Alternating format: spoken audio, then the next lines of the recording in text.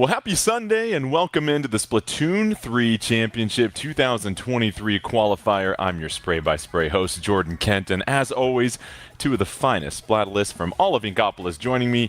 You know them, you love them. We have 9, and it's Rissa, not Risa. Make sure you get that right the first time. She's back in the saddle with us once again. We're going to have a lot of exciting action taking place. We'll get a chance to meet the teams here in just a second and go through the rules, but 9. It's sizzle season, baby. We got a bunch of updates and changes to this game right now that already in just a couple days in this new meta you've seen already. Yeah, the battles are hotter than ever, and Sizzle Season dropped earlier this week. So to say that the teams were in a hurry to create new compositions, figure out what they want to play would be an understatement. But they've got some surprises cooked up today, and they were a little more tight-lipped in telling me what they were going to play here. The information cannot leave the safeguard. Well, Rissa, the exciting thing is we're going to see some new weapons and some new loadouts take place that have the potential to reshape this new meta in Sizzle Season. Oh, absolutely. Whether it's going to be weapons that have been buffed, have been nerfed, that we will see come into the meta or leave the meta, or the new weapons like the S-Blast, the new Tetras, the new Wiper, we're going to see a lot of those changes coming up today when we move forward through these matches. Looks like it'll be a little less crab tank on the menu, potentially. But let's go ahead and check out the bracket and take a look at our teams that are going to be taking center stage. Some familiar faces and also a new squad joining us. But 9, let's start with you. The two powerhouses, Jackpot and Starburst. What do you see from them? Oh, it's going to be an absolute blast here. The two top teams in North American Splatoon, and it's not really up for debate here. Meeting here in our first match, thankfully, because of our losers bracket, it does not mean that one of these teams won't be qualifying, but Starburst had not lost a set to a team outside of Japan for the entirety of Splatoon 3, and just last month, Jackpot was able to beat them, knock them out in a long league format here. Jackpot has to be feeling great, same roster that they've been running the entirety of the game, and Starburst, look, at this point, you know them, you love them, you know what they're bringing, Ice, Bagel, Bran, but Kyo coming in instead of Biscuit. It's always nice when you can pull one of the best players in all of Splatoon's history in as your sub. Yeah, pretty nice alternative right there for sure. And then Rissa, Last Resort, Duck Gang. A couple of teams where you've got a fan favorite and also a team that might be surprising some people here today. Yeah, absolutely. So Last Resort, of course, is going to be Chara's team, a fan favorite there, and we get to see them firsthand here on the stream, which I'm really excited to see them here on this big stage. And against Duck Gang. Duck Gang is formerly a team called Tempest. It's made up of the same members, and they've actually had a lot of big upsets previously when they were playing together as that team Tempest. So moving forward against a team like Last Resort, is this going to be another one of those situations where they cause another upset coming into this as an underdog? All right, Jackpot, Starburst, Last Resort, and Duck Gang all getting a chance to face off for our 2 qualifying spots. And let's go ahead and check out the rules and the prizes as well too. But let's check out these top 4 rounds. Best of 5. It's going to be higher seed will choose the mode, lower seed will choose the stage, and after the first game, the winning team will then choose the mode, the losing team will choose the stage.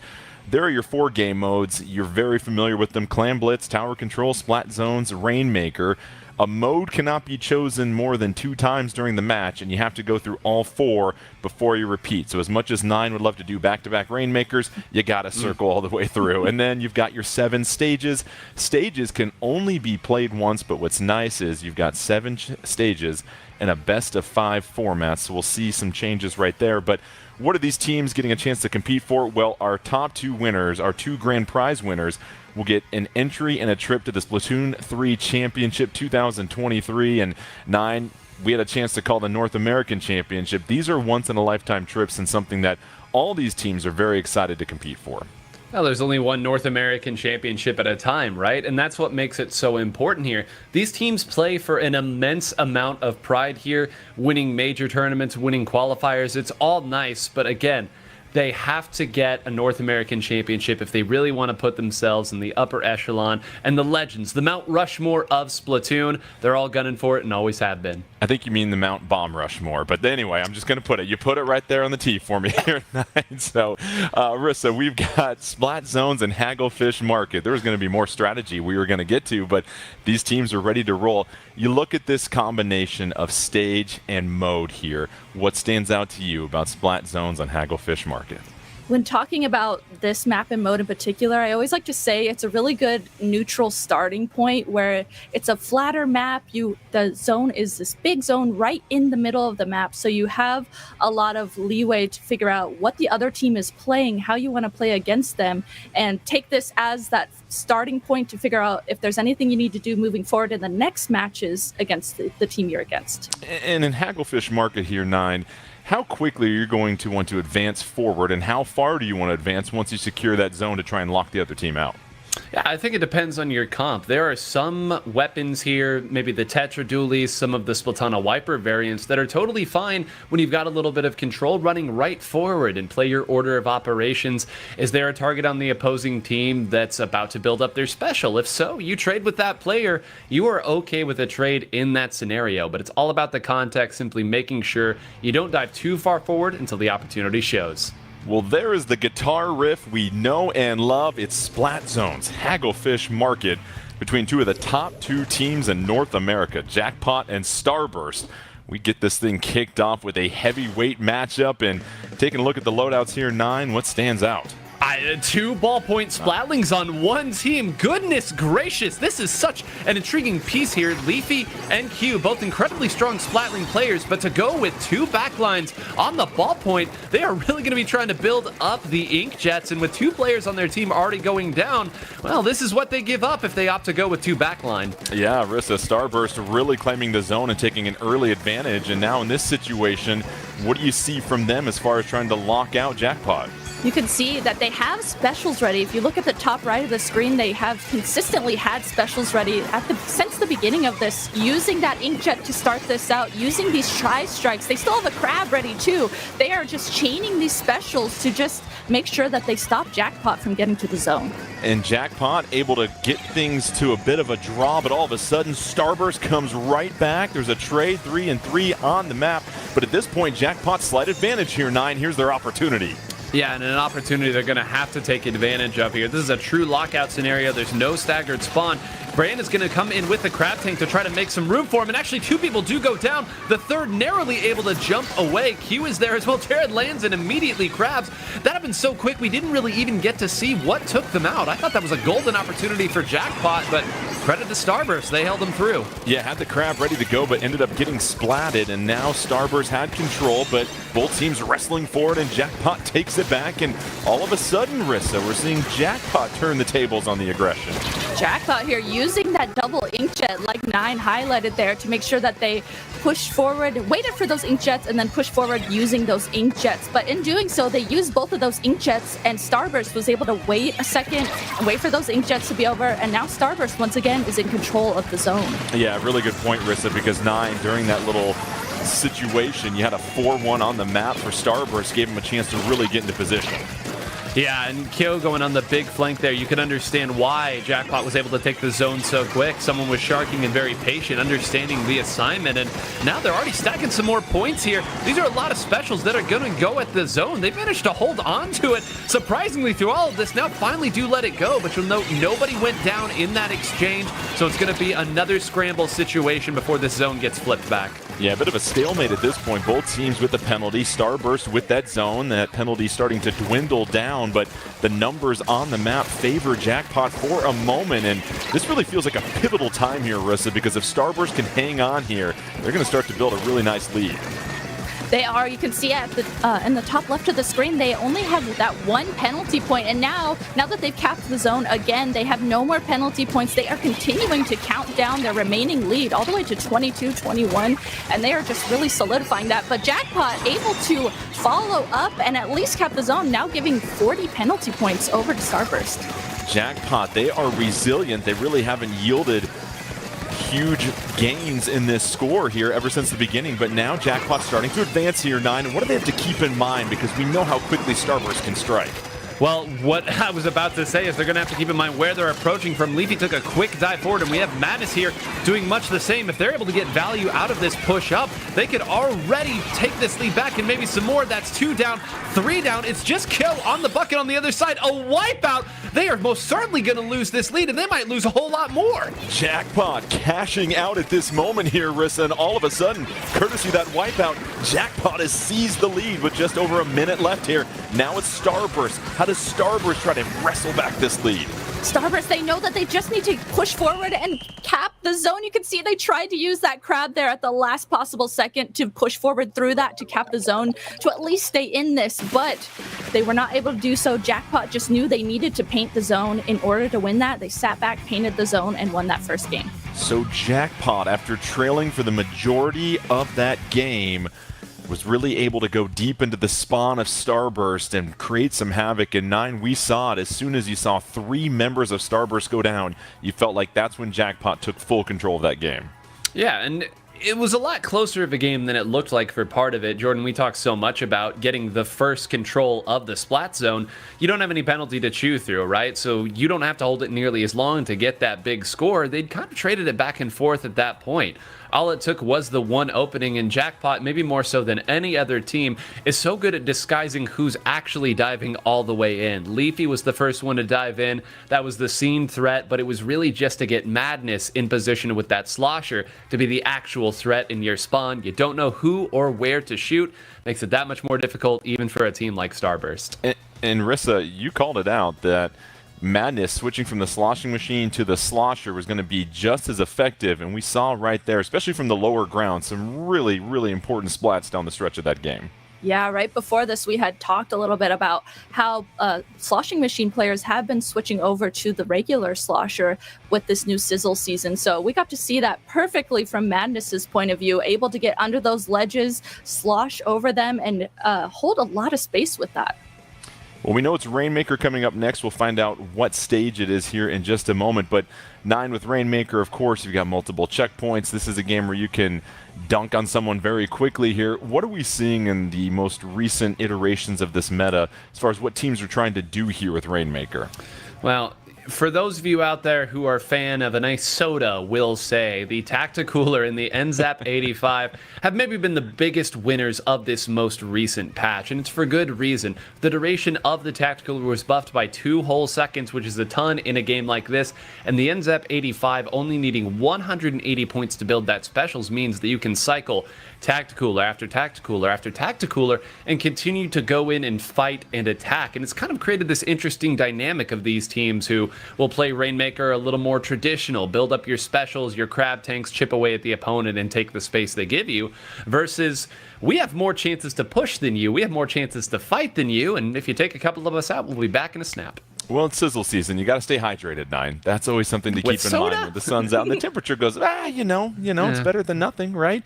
And so, Rissa, now that you have this Tacticooler that we're going to see come out quite a bit, for teams, it probably plays to their advantage to be very aggressive in those situations to make sure that while they're juiced up, that they can make the most of it. Absolutely. Like 9 said, that's going to allow you to just consistently be able to jump right back into the action and play really fast. You know, Rainmaker does have those checkpoints, but you're still going to be able to play fast once you do get those checkpoints. All right, both teams screaming towards the middle of the map. At this point, 9, we've seen a difference in the loadout already. Yep, only one of the teams has brought out the Tacticooler, and it will be Starburst that has done that. On the other side, though, I want to call out another big winner in this most recent patch, one of the new additions, the Rapid Blaster Pro Deco. It's a mouthful to play, but it is a great weapon to chip away at the opponent, and you've got a Killer Whale 5.1 to continue that sort of pressure here. Already, though, you can see where the Tacticooler comes through. Doc Q going to be piloting that Rapid Blaster Pro Deco. It appears that they've warded off the opponent for the time being, but we know there it is. Doesn't matter how many times you nerf it, the crab tank remains. Yeah, Doc Q goes down. That gives the advantage for Starburst momentarily. They've built an early lead in this one, but as you continue to take a look at things right now, we've seen Jackpot here, Rissa, in this last game start off a little bit slow, then seize control, and it feels like once they get the momentum, you've got to be really careful if you're on defense, and right now it's a little bit of a trade as Bagel able to pick up the splat. Yeah, great points to bring up how Jackpot so far has been really momentum-based. And as we see them now get to this first checkpoint, the lead is that much closer for them. And this might be that momentum that they need here. They're just going to have to wait out the specials that we see Starburst using defensively. Both teams have essentially made it to the other team's checkpoint, and so with 3:30 left, still plenty of game here. And now at this point here, 9, with that checkpoint done, so you don't have the red light anymore, what are teams going to try to do to really build up that score as fast as they can? Well, yeah, they kind of sense here that any good push the opponent gets will get major points. So you're going to see them maybe throw 1 or 2 players forward to try to take out an opponent with some support from a special. And then if they aren't able to find some value immediately, they're going to sit back and try to hold mid and use their specials on the defensive side. And .Q taking out the crustacean, going a little bit of deadliest catch there, picking up the crab splat. And so that's huge as far as maintaining Jackpot's momentum. They still trail, but those are the big plays you look for, Rissa, from Jackpot when we're getting towards the later half of the game. What can they do to really swing the momentum? Jackpot is going to have to really figure out and play off of getting the picks on Starburst. You can see they're trying to wait and make something happen when they start getting those picks onto Starburst, but they just have to figure out how to get into mid first like they're doing now, and then get past that and get those picks. That way they can move forward safely. Starburst just holding strong. They built that initial lead, and right now, 9, it doesn't really seem like they need to overexert themselves or play outside their game. They're going to look for their moment, but right now, just that focus on defense has served them well. Yeah, it's tricky again because you don't want to wait back too much on your own plat. If you give up mid or just send one player over to mid, they are going to get overrun by these players on Jackpot. So they have to find a way to remain active even on the defensive side.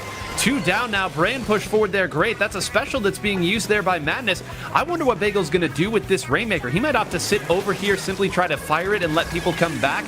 Or if the Rainmaker gets popped in that spot, it's going to be very difficult for Jackpot to get a big, quick score off of it. Yeah, Bagel and Kyo just sort of hanging out, two-stepping with each other, waiting for that opportunity. And there's one Splat, 4-3-4, one advantage. Here's the opportunity for Starburst as they push forward.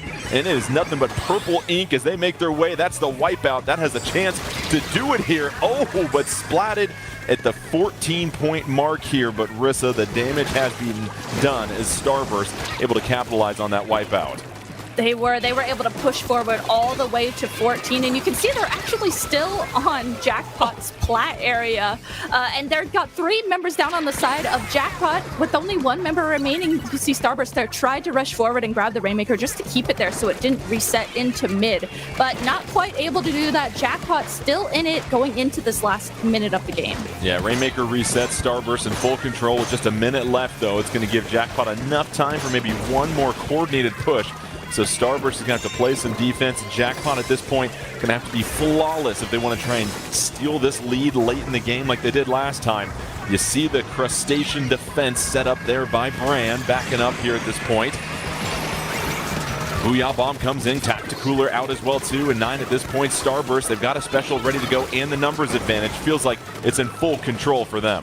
Yeah, that was a wonderfully executed defense right there. They had moved a couple people up hidden in the ink where they were going to defend and had Brand sit back on the crab tank to fire right at the Rainmaker. You were going to reach 100 damage at a certain point in that respect, so they did exactly what they needed to do. Brand, more than fine to go down in this situation. Ice has a special at the ready, should be able to defend this thing quite well. Fly on up, take a couple people out, shoot at the Rainmaker twice, and that is the game. A perfectly timed ink jet to close out this one, and so Starburst will notch things even at 1 apiece after doing a fine job of building an early advantage, and then a late push with about a minute and a half left was all that it took for Starburst to tie this thing up. And what you saw from Starburst, Rissa, was that opportunity to, again, find that one moment when you are playing with the advantage and making sure you strike at that point. They made it count when they had that wipeout.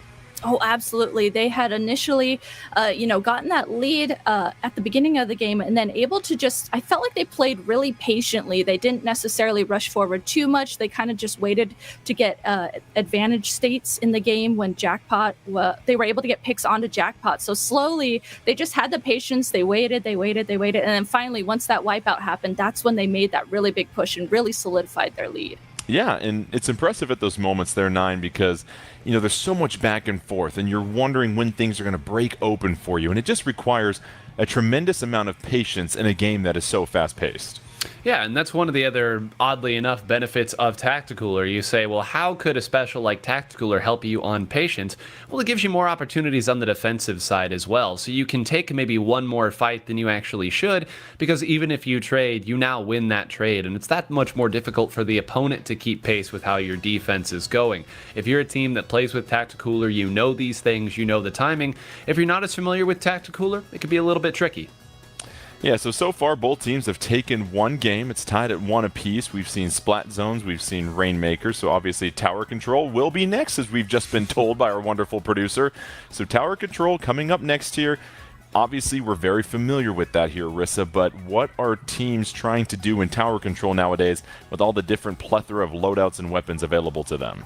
You know, that's a really good question. With the new Sizzle season, it's been really interesting trying to see what teams are doing at this high of a level. And I'm actually still trying to figure it out myself. So that's why I was really excited to watch this and be able to commentate this and see what these teams are playing. You know, I've heard things like blasters, you know, maybe that splash with the crab is still prevalent. But when we go into this, I think it's going to be fun to watch here firsthand what these teams will actually play. And we know that it can be very intense in these tower control battles, especially between Jackpot and Starburst here. You know, it really feels like if there's an early theme developing here, 9, Starburst has really had most of the control here as we get set to head to Amami Ruins, and Jackpot has tried to take advantage of a couple of pushes here and there. What can Jackpot do to consistently stay aggressive? Because that's when it felt like they had the most success, when they had Splat Zones in that first game. Yeah, it's hard, right? The big M, momentum. Jackpot may be the most momentous team that exists in top-level Splatoon right now. I agree with what you said, Jordan. I think that Starburst has kind of controlled the pace of these games. Jackpot's simply waiting for that one opening. The nice thing about tower control, you have to make your own opening. It's part of the game. You want to be playing ahead of it here as well. So look for situations where a player on Starburst goes down either mid-special, right as they pull their special up, or they get taken out while they have full special. These players, they're always looking at the top of the screen. They know when they take out a high priority target, and that's the moment. They're going to run forward, they're going to ask questions later, and that's when you really get to see Jackpot at their best. Yeah, it's funny, Rissa, because as 9 pointed out, yes, you're moving ahead of the tower, but you're still locked in at a pretty slow pace as far as how that tower is moving. And so it can really limit some of those teams that like to fly ahead forward. And it feels like that team coordination and having that balance of attacking while also protecting the tower is what teams strive to find here. Yeah, absolutely. You know, since the tower moves a bit slower than something like Rainmaker, you can move that much faster than the pace that the tower does go. So, you know, if you feed too far forward ahead of that tower, you are going to end up going down and then staggering your team. And then your team's going to have to regroup completely in mid. So maybe chaining that tower checkpoints with specials, maybe a crab, maybe a tri-strike, maybe missiles. Chaining specials like that is really going to help you just hold the tower in those spaces that you need it. Tower control, Umami Ruins. Both teams tied at 1. Don't forget 2 grand prize winners. A trip to compete in the Splatoon 3 2023 championships, and these were arguably the 2 top teams coming in, Jackpot and Starburst. Now they race to the middle, and now we've got 2 Splash-O-Matics here this time, 9. Yeah, as I mentioned earlier, you can only nerf it so many times here. The Splash-O-Matic, despite the couple of nerfs, and the Crab a couple of nerfs here, look, folks, it's still strong. The kit is synergistic. It's always going to be somewhat present. Incredible. First of all, to pick out that Bagel was even there. Then to close the deal, that's 2 down. That's 1 player stuck in a Crab tank, and the other one jumping the heck out of there. We said the momentum here, they needed 1 down to start the momentum. How's about getting 3 down?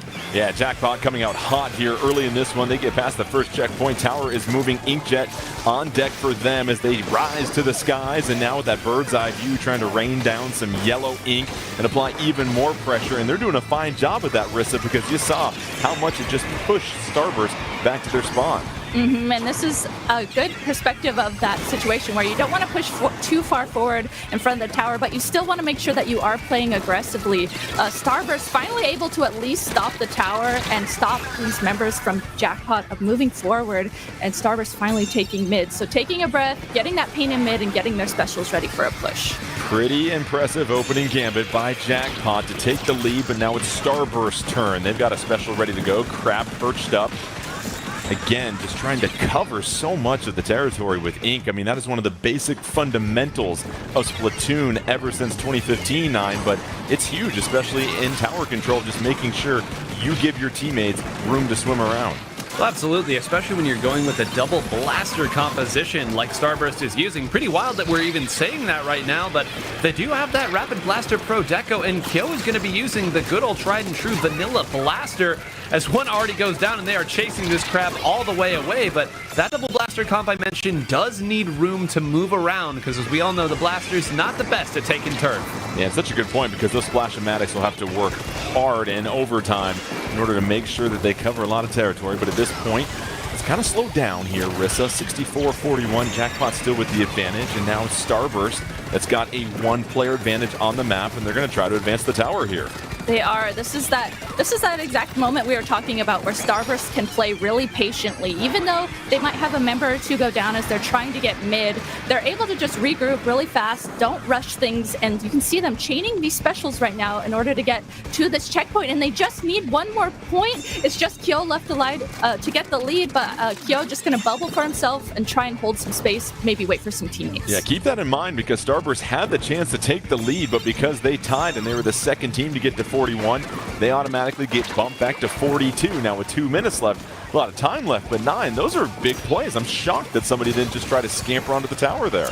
Yeah, you saw that they had to split up in order to take down the members of Jackpot there. It meant that as long as one Jackpot member ended up winning that fight near the tower, that point so close yet so far away there. So sometimes spreading out your defenses, the right play at the right time.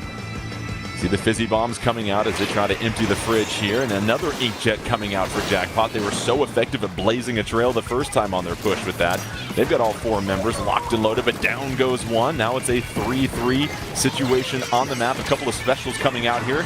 Triple Ink Strike coming in. That's going to back them up at the moment, but with 90 seconds left here, Rissa, it now seems like that opportunity that Starburst had might be fleeting as Jackpot now grabs the tower. We keep seeing members of Starburst go down on the top right of the screen. So even though they had used their specials there, use a crab, use a tri-strike to try and get into mid, Jackpot was able to just back up and utilize the paint that they had in mid to back up and made sure they waited out those specials. And now as we see, they're back on the tower and about to get more points on the board as well. Yeah, nice little 2-for-1 special right there, 9, and that's all Jackpot needed to once again move forward, and now they are building their lead with under a minute left and all sorts of pressure coming from the top of the tower.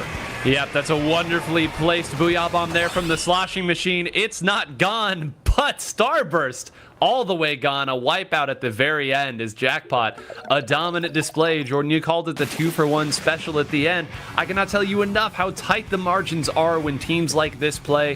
One extra fight that is won that shouldn't be, all it takes for one of these teams to get a knockout.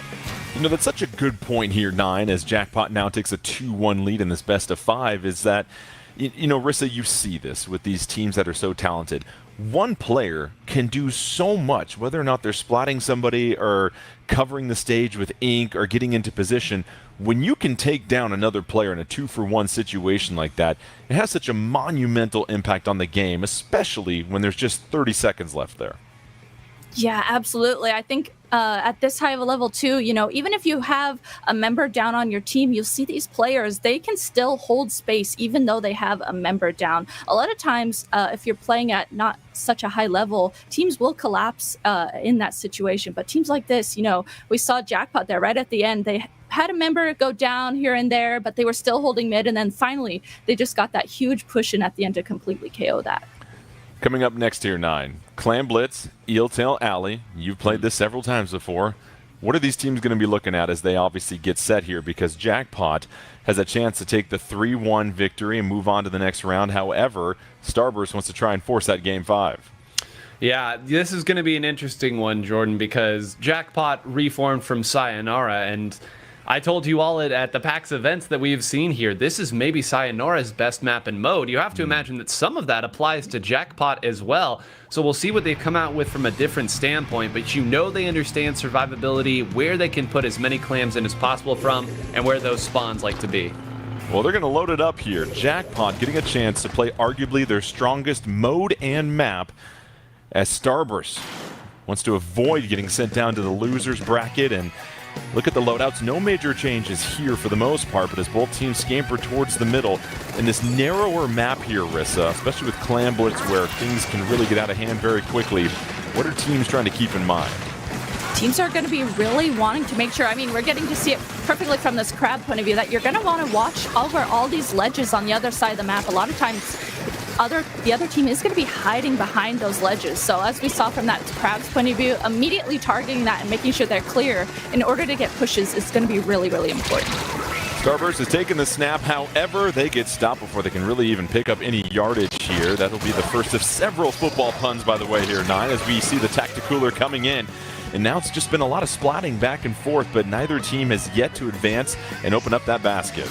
Yeah, you can see Jared spamming this way like it's solo queue, saying, come on, I have 6 of them. There's an opportunity here, but just a couple seconds of shuffling those clams around, all it takes. Jared wisely moves back, goes ahead and doles out some drinks. There's definitely an opportunity to push forward here. If they can wait out this crab tank and maybe get rid of another player, they're going to have an opportunity, but with Kyo closing that teal very quickly, they're going to have to shuffle the deck and try it again. Over a minute into this one, and nobody has yet been able to get their power clam into the other team's basket. So here comes the Booyah Bomb. Maybe that'll open up some things here, but no, down they go. And so it is 4-3 advantage on the stage right now for Starburst. But right now, it feels like the action's been so concentrated in mid here, Rissa, neither team can get that breakthrough they're looking for. Right, you can see they're all just trying to get the picks that they need in order to make something happen. 2 members of Jackpot actually do go down finally, and you can see Starburst is finally getting out of that mid area, like you said, Jordan, starting to push forward and trying to get in a position here to score, but the defense from Jackpot is looking really good and making it a little bit difficult for Starburst. Now 9 at this point, why isn't somebody just trying to scamper ahead? There's purple ink, there's the basket right there. What are they trying to be strategic about? Well, they want as many points as they can get. There were multiple opportunities there for Bagel to trade 1 squid for 1 score, but they understand if they give that, as we call it, the pity clam there under the opposing basket, they're going to give Jackpot all the resources they need to not only score, but take the lead as well. That's why you're seeing them back all the way up. It may not have been the right decision. It may have been, but it's the decision they went with, and they now have to live with it. Yeah, and Rissa, we're seeing a clinic on spacing here by .Q, just doing a fine job of staying out of harm's reach right now from what we're seeing from Jackpot, but still able to apply some pressure with that rapid blaster. He's a chance to try and attack the basket. They do, and .Q able to get the first score of this game as Starburst trying to pour it in.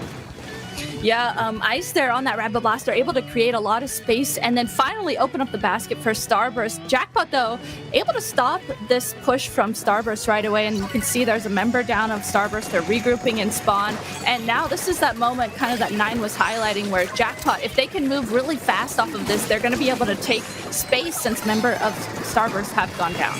And 9, that was huge because that's still underneath the 2 power clam threshold here, so Jackpot can seize the lead. They can get a couple of power clams in. It's 3-3 on the map. Here comes the crab here at this point, and this is an opportunity here, 9, it feels like, for Jackpot to really push forward. Yeah, wonderful. They immediately moved up with that crab. That got tossed way, way up. I'll be stunned if that doesn't find anyone. I somehow stayed up and active at that point. That is 1 power clam that has found its home, but there's 2 members left to defend. They're going to pre-fire up that way, so Madness opts to fight it out.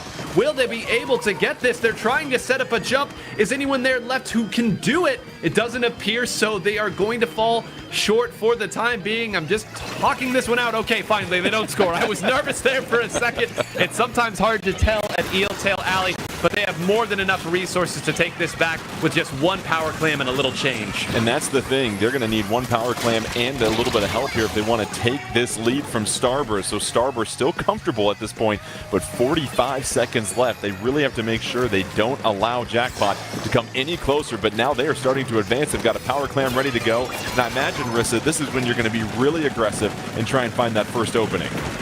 Yeah, you're going to want to make something happen if you are Jackpot right now and you want to get the lead. Unfortunately for them, though, as they have used that crab, they used that Booyah Bomb to start being aggressive and create space. They did have a member go down, but in turn, they have gotten 2 members down onto Starburst. So this is that moment for them to use the momentum that they have to make something happen. Had to step back because taking a little bit of damage from that Splat Bomb coming in, moving forward now. 5 seconds left. Power Clam still in control. It's going to be overtime, but the fumble right as we run out of time and head to overtime here. Jackpot going to have to act quickly here. Now if you're Starburst 9, all of your attention shifts to defense. Yep, and you got to hurry up and defend here. They can jump one in, but no, the trapdoor spider waiting on top. That is still in danger, but a wipeout as Brain and Kyo will do a dance. Brain standing right next to that Power Clam. No time for any funny business at the end, but Jordan, Rissa, so many times I thought Jackpot had a path forward and one more member of Starburst was waiting. They faked out us. You can bet they faked out Jackpot. And of course, these two Titans are going to take us to a Game 5. And we've got no problem with the Game 5 in our opening set here between Jackpot and Starburst. Would you expect anything differently from two of the top teams in North America? And to Nine's point here, Rissa, it felt like you just needed one more little splash of ink and Jackpot would have had enough room to move and try and get that Power Clam into the basket, but it was enough defense at the right time for Starburst, and they hold on barely down the stretch. Yeah, Starburst seemed like they were just consistently making sure they at least had one or two specials ready. Even if they had a member or two down, they just made sure that those remaining members that were alive were getting their specials or holding their specials in order to play off of their teammates respawning. And then like at the end too, like Nine said, I didn't even realize that Bran was hiding up there on the top right of the screen. So just being able to hide behind those ledges of that map pays off really well, like we just saw. So Nine, it gets interesting here because Game 5, you mentioned before, there's something important about when somebody wins either Game 3 or Game 4. What's the impact that we're going to have here? Well, first and foremost, the impact, of course, is if Starburst lost that, we aren't even talking about a Game 5. So they had to win Game 5, but because of the way this goes and because the winner picks the mode, Starburst is now going to get to play this Game 5, the most important game of the set at the end, on whatever mode they choose. Now, of course, the loser does get to pick the map, so Jackpot not totally in a hapless position, but Starburst very strong on Rainmaker. I'd be stunned if they don't take it back there. But you can bet at the very least they're probably not going to take it back to tower control, and that is the right they have earned by taking us to Game 5. Yeah, it'll be fascinating because they got the win in Rainmaker, of course, Clam Blitz, and that's the power of choosing the game mode. I mean, I guess it depends on what team you talk to, Rissa, but what has a greater impact? Is it the stage or is it the game mode as far as how well a team can potentially do? That's a really good question. I feel like typically it's, going to be the mode.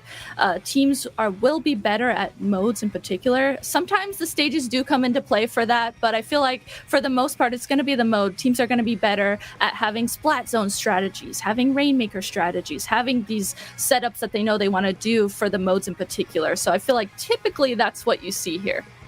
So it's going to be Rainmaker, and this is where we saw Starburst get arguably their most comfortable victory of these 4 games here. Nine, they've been close for both teams, but this seems like the wise choice here for Starburst.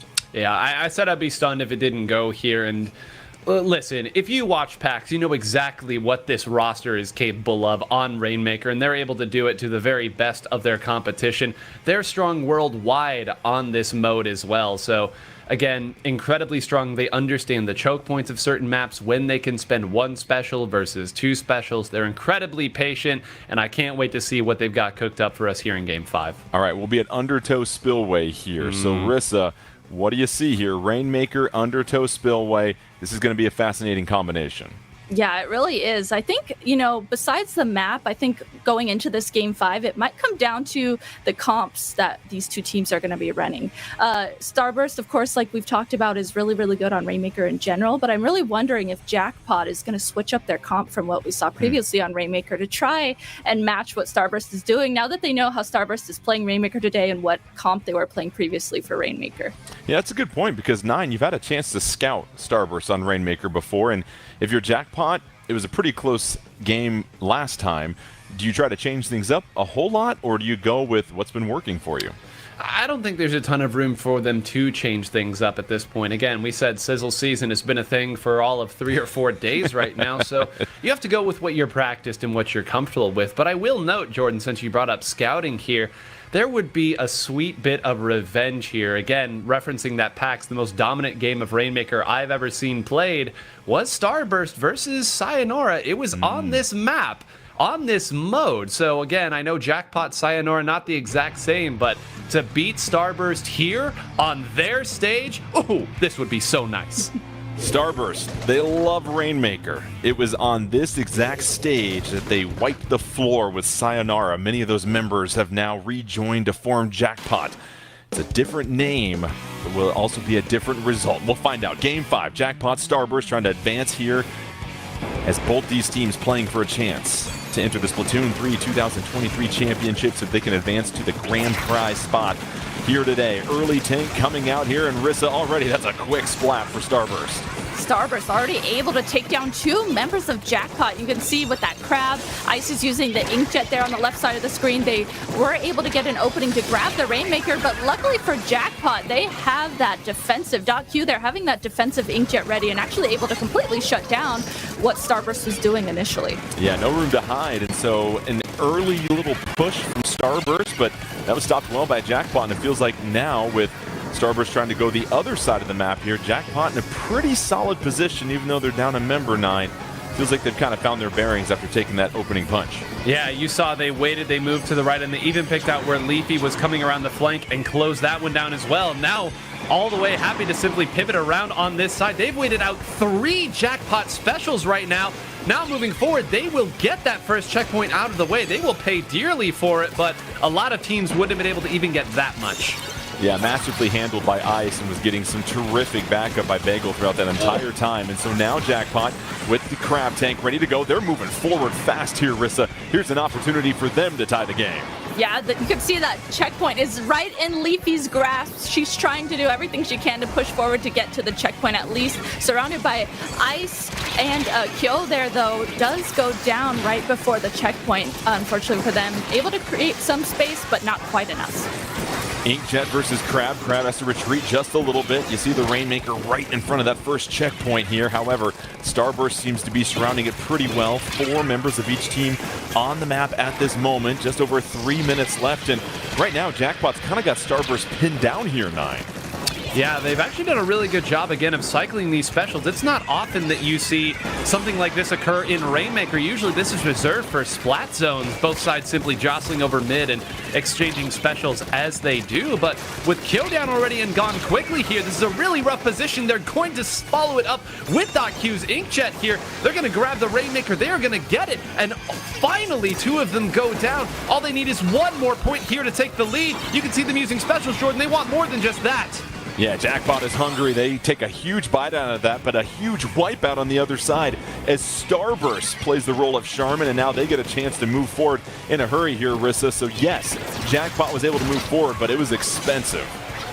It was. They are now in that position that Starburst was. They are in their spawn. They're trying to get specials ready. 1 member does go down on Jackpot, but luckily Leafy does have this whale ready and does use it to stall it out. And the score got so close there. Starburst getting their points all the way down to 41, but still not getting the lead. Precarious positioning of the Rainmaker here deep into Jackpot territory. Starburst just trying to apply a little bit of pressure on it. It pops open. They have a chance to possibly grab it, but they're going to retreat and kind of get into better positioning here as Jackpot now grabs it and resets it to the middle swiftly there, 9. Yeah, and you saw that Brain immediately recognized that that was the time that it was going to be reset here. Let's go back, set up our crabs in mid, and go as we like here. I got to say, Jackpot may be the best team out there at choosing where to fight and how it can slow down an enemy team. You see they moved Kyo up, and Kyo was able to trade it out. Let's see here. Bagel going to walk forward. Just a couple more points. Does get it now down to 30. Again, these teams narrowly nudging forward. Brand fights everybody there below the basket, and this is actually a really tricky inkjet spot, because if this doesn't find one, it does find 2. I cannot explain to you how dangerous that was for Ice, who then goes ahead and gets a 3rd. Oh my. So Ice already making a huge impact with a minute left. That could be a pivotal play for Starburst. They lead 30-36. Rainmaker resets. Jackpot has to make it count here. Starburst, this is the map and mode that they dominated Sayonara on. Sayonara now changing to Jackpot, putting up much more of a fight, but still not enough with 40 seconds left. And now it looks like, Rissa, they've got to advance and make their play. Looks like they're eyeing the left-hand side of the stage. Ooh, and right as they started getting some space and had some specials ready to make a move, Kyo was right there sharking, like we've seen him been doing so far a lot in these games, able to shark and completely shut down that Rainmaker. So that might slow down the momentum that Jackpot started there to get a push going. 20 seconds left. Jackpot still trailing by 6. Killer Whale coming out, but down they go, and they need every single member. 12 seconds left. Rainmaker, though, in possession of Starburst. Off it goes. Now it's up for grabs. 6 seconds left. Jackpot trying to jump in quickly. Can Starburst take 2 games in a row and advance? We're headed to overtime. Here's Leafy trying to advance forward, just trying to buy some time. Teammates jumping in. You see the view right now. Just has to get to 29 to take this game in overtime. Starburst building up those specials. Down goes a member of Jackpot. Disadvantage for Jackpot in the yellow. They're trying to pick and choose their spot. Trying to weave their way deep into Starburst territory. Starburst knows exactly where they need to go. Triple Ink Strike coming out. Another member of Jackpot goes down, but they're still hanging out. That timer running low, but down goes a member of Jackpot. Leafy thinking about the left, getting some help here. They are going to just stall out this overtime, it feels like. Leafy trying to advance to the right. Splat Bomb doesn't do anything. Leafy still trying to go, but down they go. Finally 9. That was one of those, as you said, you just talk it out and see what happens. But Starburst playing enough defense in overtime, and that is back-to-back wins for Starburst, and they advance after 5 grueling games against Jackpot. Yeah, grueling. These sets between these two are always incredible, and we got to see another classic one right there. And at the end, as you noted, the battle was taking place off-screen, but it was also taking place at the top of the screen because, again, the special's so important, and every time one person goes down to a wayward bomb, Leafy with that Rainmaker doesn't have a choice but to move all the way back, wait for the players to come back in and get it set up. And should also be noted, I think Leafy is probably not the player they wanted to be carrying the Rainmaker in that spot. She is one of the best at going forward, winning a fight, cycling with that 52 gal, getting the wall up, winning another fight. But again, because they had such little time on a very nice, clever grab of the Rainmaker by Kyo before overtime, there was no choice left to be had. Leafy had to grab it or the game was going to end right there. Starburst, again, very close, but they have proven that they are still the team to beat, at least on this day. Yeah, well, it was more of a fight put up this time by Jackpot, but still the same result as Starburst. Wins Game 5. Let's go ahead and check out the bracket here in just a moment because, as we said before, we knew it was going to be very close between Jackpot and Starburst. But it's Starburst that is able to take things down the stretch. They get the victory, and that is huge right there. And so they will take on the winner of Last Resort and Duck Gang as Jackpot heads down to loser semis. But before we get to that, we'll step aside and take a quick little break in just a moment because we are going to take a closer look, though, before we step aside at Last Resort and Duck Gang here because this is going to be very exciting, Rissa. You mentioned before, Last Resort, they've got some fan favorite players, but then Duck Gang, of course, this is a team that is one of those wild cards that we see in these tournaments that if they get hot, they can apply a lot of pressure. And so let's break down Last Resort just a little bit more. You mentioned they are a team that has seemed to really embrace the potential changes that the meta is probably going to lean towards to as Sizzle season continues on. Oh, absolutely. They tend to, I have a feeling I've been watching them play a little bit here in the last couple of days. And it seems like actually Chara on this team has been sticking specifically with the S-Blaster, a new weapon that came out during the Sizzle season. So hopefully we get to see a little bit of that new weapon play here. And then they've actually been also playing Arashi on the new Wiper Deco. So they're really embracing the new weapons and changes that have happened so far. All right, it'll be Last Resort versus Duck Gang. More on Duck Gang when we come back, but we're going to step aside here. The Splatoon 3 Championship 2023 Qualifier taking place right now. We've had our first set here already between Jackpot and Starburst. It was 5 games. It was exciting. Starburst moves on. We'll find out our other 2 teams and their fate when we come back.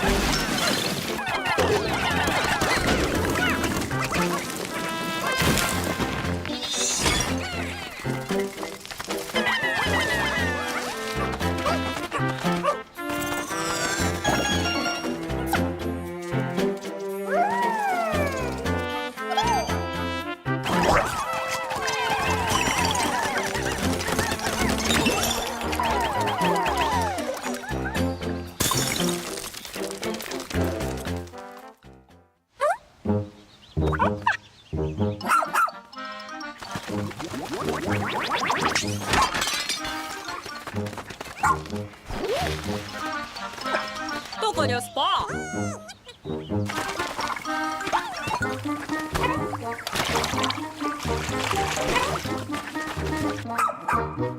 Che mare?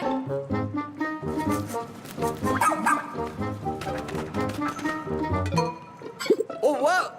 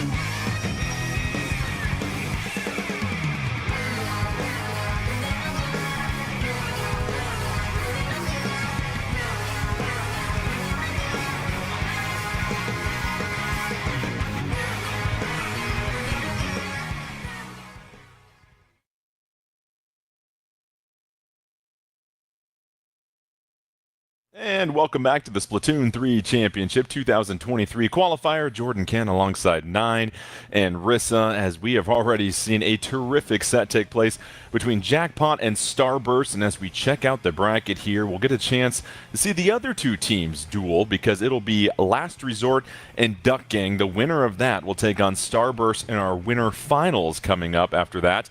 But let's get to these two squads. Last Resort, Duck Gang, Rissa. You talked about Last Resort prior to the break. Now let's talk about Duck Gang and some of their members. And this is a team where you're going to see some familiar weapons, but these are some new faces to this level of competitive play here. Yeah, we talked a little bit about how this is actually an established team that has previously performed really well against high level. So getting to see them against a high level team like Last Resort is really making me question, are they going to have that happen again, where they make something happen, they make an upset happen against a high level team as the underdog. Players like Red Shell, Enry, Drifty, they all have all played together a lot, so they know how each other plays, and I feel like sometimes that really factors into their success. They know how to play around each other. And 9, they scored a pretty nice upset over DNA getting to this spot here, and that says a lot about what they could possibly be capable of here as we see them take the attack here to Last Resort here in just a moment. Yeah, both of these teams scored some upsets to get here, and both of these teams have kind of been, I don't mean stepping stone in a bad way, but this would be the biggest win for both of these teams. They got to fight through each other first if they want a shot at Starburst. Hey, listen, all the great teams were once a stepping stone to somebody else before they got to the top. It's just a matter of time, right? The Nuggets never got to the finals until now, so here we go. There's hope for everyone. Last Resort, Duck Gang, we have Rainmaker and Undertow Spillway. So very familiar with this. We just kind of saw it here, Rissa, and let's look at these loadouts here, Rissa. As you check out the top of the screen, is there anything that jumps out at you at this moment? Yeah, right away I'm seeing that both teams actually here are having a Wiper Deco, so both can be utilizing missiles, as we already see missiles being used on the screen here. And actually something we don't typically see is Duck Gang having a Jet Squelcher on their side. That's going to be the range that they're going to utilize against the ballpoint that Last Resort has.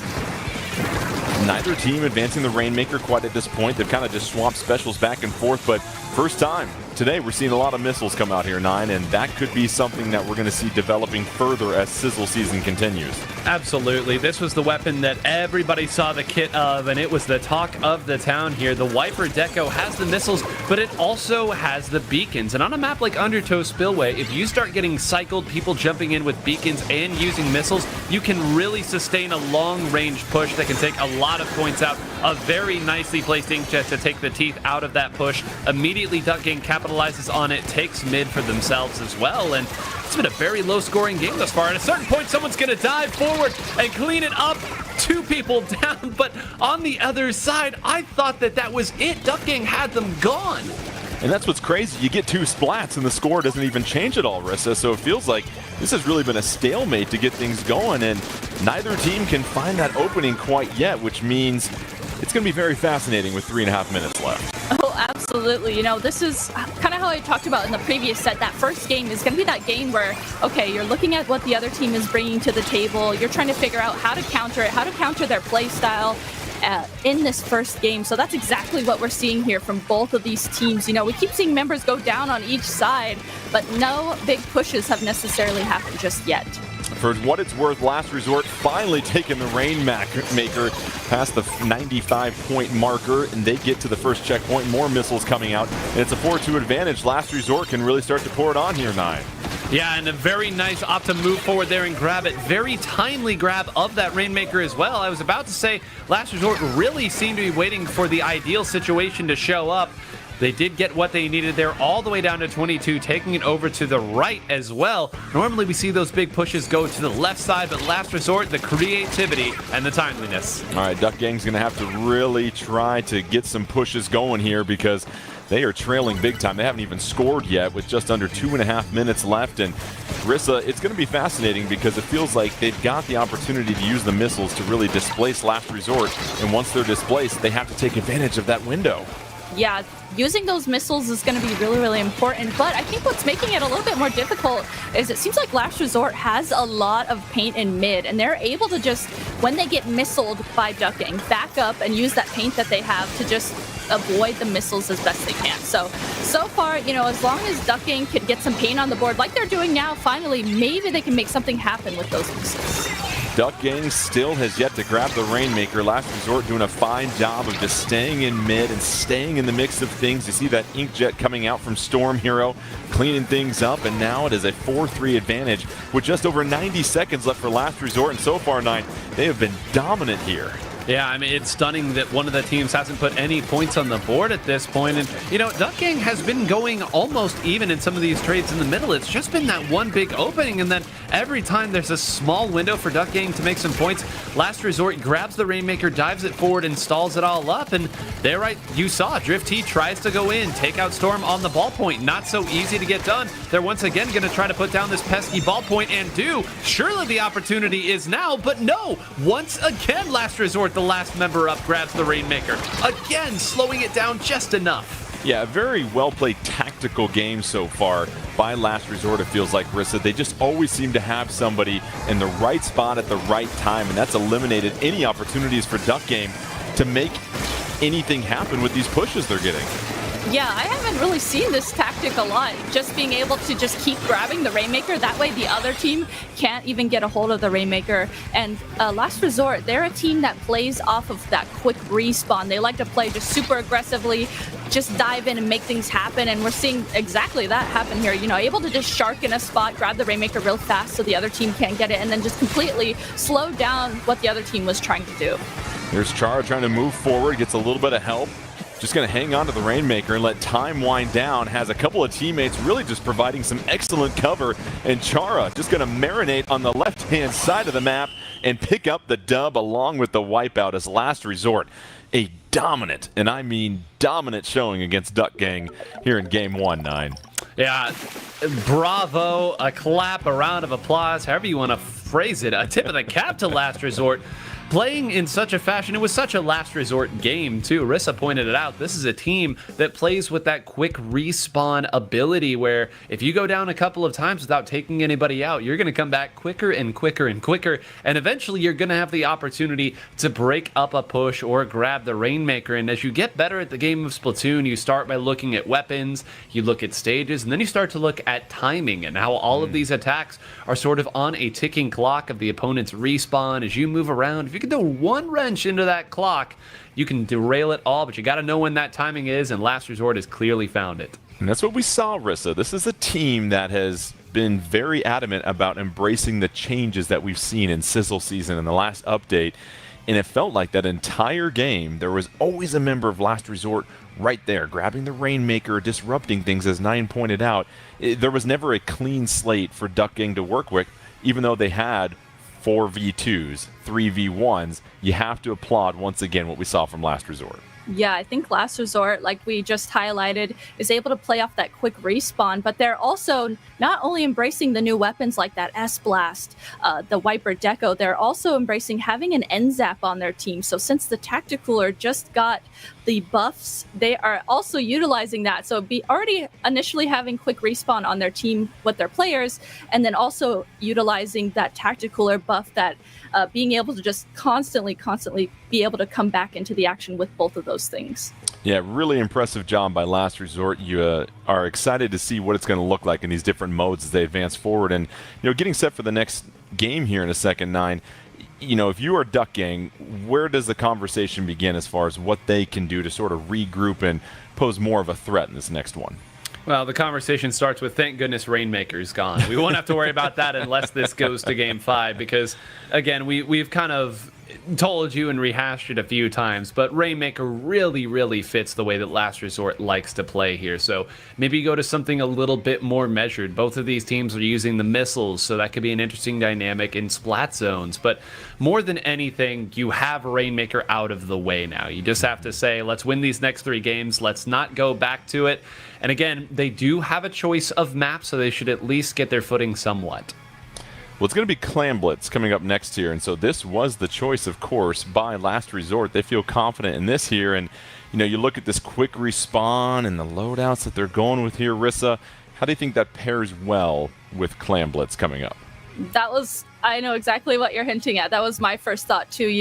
Like Nine said, it's not a more slow-paced stationary objective like Splat Zones or tower control. Clam Blitz is a lot more fast-paced like Rainmaker. You can make things happen really fast. You can run around, jump in all over the place with the weapons that Last Resort has, and being able to play really fast again on the other fast game mode like Clam Blitz totally makes sense for Last Resort. And so we'll get a chance to figure out what stage it'll be here shortly, but you know, with Clam Blitz and constantly moving around, Nine, you pointed out last time we saw Jackpot and Starburst face off in Clam Blitz. You really want to time those jumps in, and you want to capitalize every single time you open up that basket. You want to make sure you're pouring in as many points as possible and not just trading for that potential pity clam, as you said. Yeah, I think it's a difficult situation where you saw earlier even Starburst not willing to score just one power clam. These players understand they cannot give the opposing team any sort of ammunition to steal a game at the very end, because if all it takes is 2 power clams, suddenly all of your nice, cheesy, put one person behind, jump into power clams, let's steal a game and get out of here, that all goes away if you have a big enough lead. And I think, again, that's part of the reason, as Rissa said, why we are seeing Clam Blitz right now, because, again, they understand fewer opportunities for that. We're going to be spawning quick, we're going to come in, and we're going to be using our burst damage weapons to clear choke points, and once we do, watch out, because the points are going to come flying off the board. And obviously, Rissa, Tacticooler, that movement speed increase you're going to get, it's going to be huge for a team like Last Resort that we've seen already wants to move all around the map, have players in different situations. That speed advantage will play a huge role in Clam Blitz, I imagine. Oh, absolutely. That's going to add to the aggression and the quick respawn that Last Resort already has. This swim speed for the Tacticooler, you know, when you take a Tacticooler soda, then your swim speed is increased. So they're going to be able to just, I can just see it now, jump into beacons, jump into their teammates, and get that Tacticooler, and then just swim and just play really aggressively. So we've agreed that soda is the term we're going with, right? Is it not called pop in other parts of the country? Oh, or we're like not having pop this conversation here. We are not having a conversation about soda carbonated versus beverage. pop. Does that work for anybody for the most part? Well, we got to be careful not to say any brand names. No, we won't, of course. We noticed that we just avoided that ink for the most part, but it is fascinating how you're seeing more of the Tacticooler play come in. It provides such a buff, and you mentioned before, Nine, that extra 2 seconds makes a huge difference in a fast-paced game like this. It absolutely does, and it should be noted that in a previous patch prior to the Sizzle season, it got another buff of the range in which you could pick it up as well, so lasts longer now. You don't have to be nearly as close to it. And in other buffs here, since we're just talking about the Tacticooler, you can make it last even longer with even fewer pieces of your gear being committed to it with that special power-up. So all things coming up Tacticooler, as it were, at this point. But it's not so easy to simply set it down there and get all of those benefits. When this game first came out, Jordan, you and I thought for sure, like, well, here's Tacticooler. This is what everyone's going to be using. The buffs have helped too, but I think it also helps that the players are really embracing how to play with it, how to play around it with the maps, and it's been a joy to see, even if it can't be too fun to fight against it. All right, we're getting set for Clam Blitz. It's going to be popping up here in just a second. Last Resort, they were dominant. They served up a bagel to Duck Gang last time. Didn't even get a single point. We'll see if Duck Gang can turn things around in Game 2. It is Clam Blitz as we get set. And as you check out the loadouts here for both of these squads, Rissa, it feels like Last Resort going to embrace the Sizzle season changes once again. Absolutely. Again, they have that S-Blast, the Wiper Deco, and then the NZAP with the Tacticooler like we talked about. On the other side, Duck Gang actually going to be utilizing the range of a heavy Splatling this time around. So maybe that will be the key to helping them win this game. If you're keeping track at home, that was 12 seconds that it took to get the cooler out. So just imagine how good these teams are at building their specials. Gives you an idea right there. Now Duck Gang deep into Last Resort territory, and they just a little short. They serve up the air ball there, Nine. Yeah, got to give credit to Arashi there, who was simply zoning people out with that Wiper Deco. This is a guy who's been on the big stage, some of the biggest stages that Splatoon has to offer, not going to make an unforced error by trying too hard to fight it out there. So credit to him forcing that mistake there. You certainly think Duck Gang had an opportunity, but the defense is good, and man, Jordan, they are paying for this so dearly. Look at how quickly Last Resort is moving in. Yeah, they have him pinned in as well, too. Couldn't move to the left or right, and Last Resort doing a great job of hanging in there. Here comes a power clam, and they already push their lead to 20. However, not a lot of support there, so a really good stop if they hold it here, Rissa, because you have no problem trading that and then getting a power clam gifted to you immediately. Yeah, at least Duck Gang was able to put a stop to what was happening there from Last Resort. Last Resort only able to get 20 points on the board. And I saw too, in the middle of Last Resort's push, Arashi actually tried to put a beacon down under the basket and then jump back into it to score a clam in. But unfortunately for Arashi, the basket had closed. So we're going to have to look out moving forward throughout the rest of this game if they try to do that again. We saw Last Resort try to pick up the power clam and head in. Here comes the Reef Slider trying to open things up.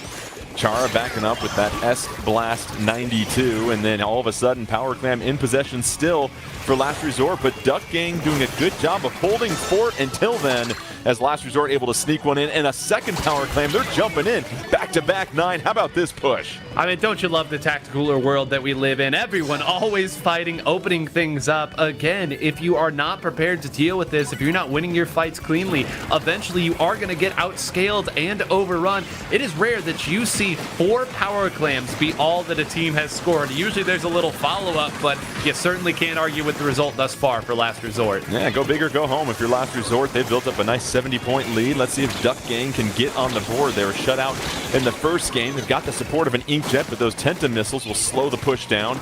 Now 2v1, wisely backing up at this point, trying to find another spot, but again, the speed of the Tacticooler just too much as Last Resort juiced up and playing that defense. And that's the great thing about it, Rissa. Tacticooler can sometimes help you on offense, but it also chips in on defense. Absolutely. Nine had touched on it before. You know, even on defense, if you have that tactical already, you know the other team is pushing into you. You can just use the tacticooler, everyone can grab it, and then everyone can just dive in and try and get picks and make something happen instead of sitting back and maybe letting the other team overrun you. So tacticooler for defense absolutely is a big play here for Last Resort also. Oh, Chara kind of pinned down. Really nice defense there by Duck Gang. However, they still have not scored a single power clam, nor have they built one at this point. They're still sitting on 9 clams as a team. And if you're Last Resort, you're feeling pretty good. But at this point now, there's an opening potentially as a member of Last Resort goes down. Duck Gang jumping in here. Another splat here, so here's an opportunity, 9. Yeah, Red Shell fighting tooth and nail just to keep this power clam left and up on the board. It's going to be a losing fight and not even going to get the jump out there. Again, Jordan, you pointed it out. Precious seconds to build that power clam. Things change drastically once your basket is open on the defensive side. To be able to keep it close certainly helps from a scoreboard perspective, but it also means that you can focus on where the opponent is at rather than defending your own base. Now they're back. They're going to have their specials up shortly for a defensive side, and Arashi might be trying something tricky here. You see Arashi right now, juiced up with the Tacticooler, jumping around left and right. Putting a couple beacons down for their team to help them out. Power Clam in possession of Duck Gang. 40 seconds left. Tenta missiles will come out and that'll help the cause. However, they're going to need a lot more than that as Duck Gang has been iced out so far in the second game. And at this point, the crab coming up. Here's a chance here, Rissa, to apply some pressure deep into Last Resort territory. Yeah, this is the moment that Duck Gang can definitely make something happen. They're able to take down one of the members of Last Resort, and they're already pushed forward all the way into Last Resort's. That's called their spinner. So able to open up the basket. They just need to get more clams into the basket. They have a member down, but there are 10 seconds left. Let's see if they can make anything happen. Yeah, you see the super jump coming in. Another power clam, so hold on. A little bit of time left. You're going to need one more power clam, but the problem is there enough currency on the map, or are the banks empty?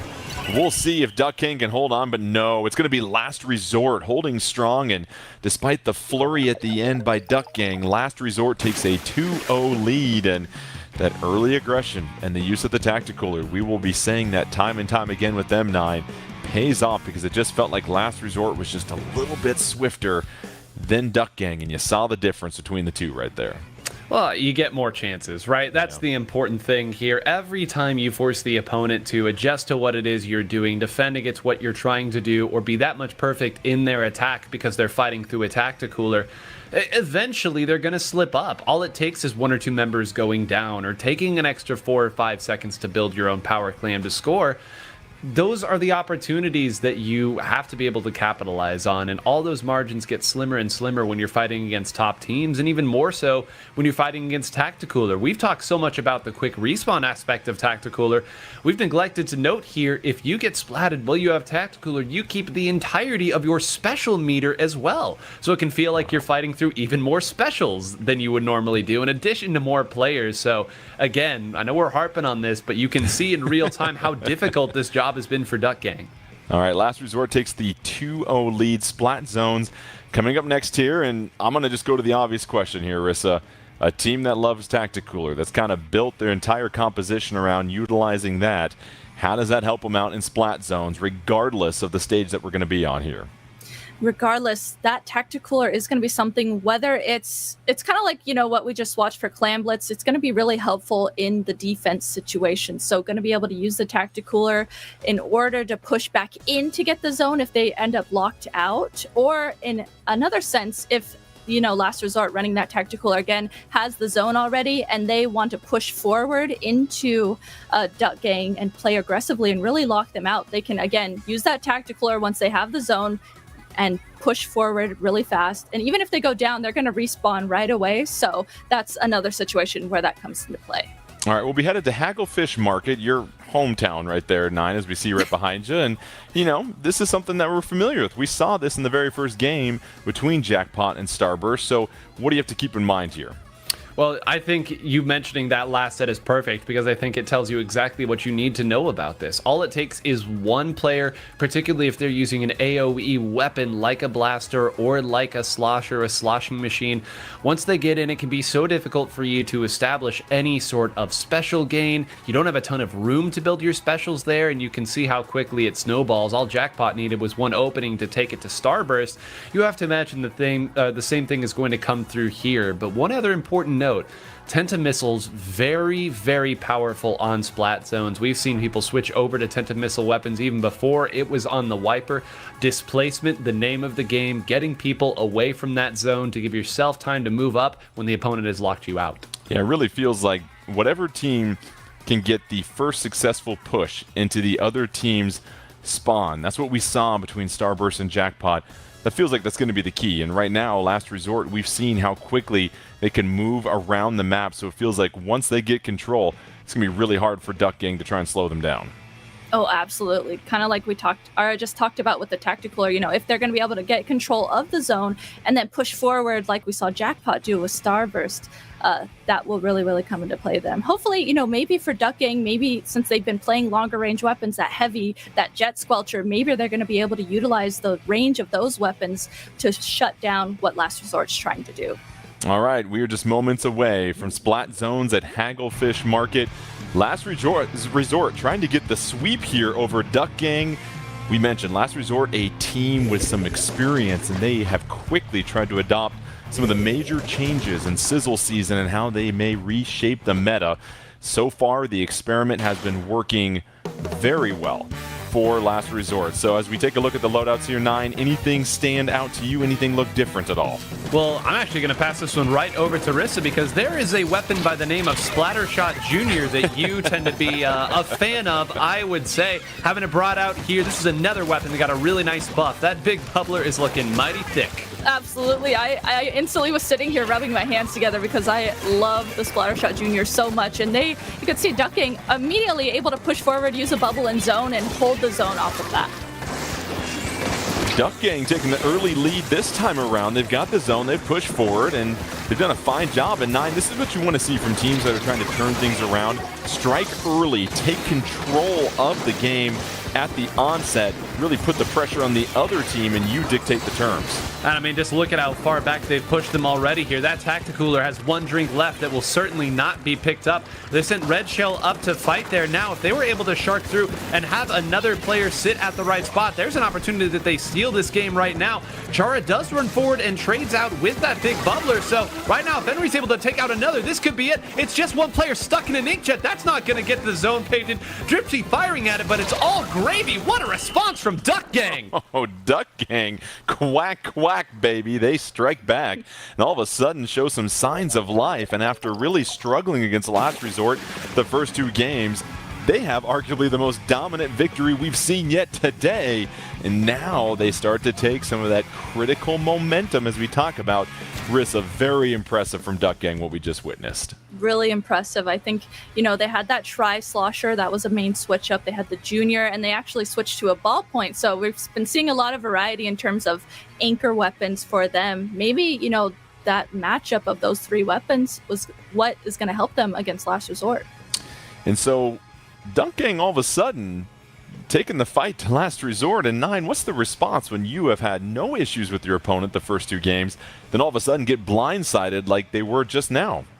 Well, we said earlier that Last Resort was going to play to 2 modes in particular. They were going to be the speed modes in Rainmaker and Clam Blitz. And we said earlier, hey, if you're Duck Gang, you're just waiting to get to Splat Zones because that's finally going to fit what you like to do in your game. And I'll admit, folks, I certainly didn't expect it to look like that. But, if you are Last Resort, kind of like we said earlier with Duck Gang, at least Splat Zones is out of the way. Duck Gang earlier said at least Rainmaker is out of the way. We know we're going to tower control next, but again, like Rissa said, they changed up their comp a lot. They had something cooked up for that map and mode. That was their big counter pick. It's out of the way. Now we can get back to it. Now we can let our blaster, our S-Blast 92 of Chara go wild here on tower control. We can play more of our game.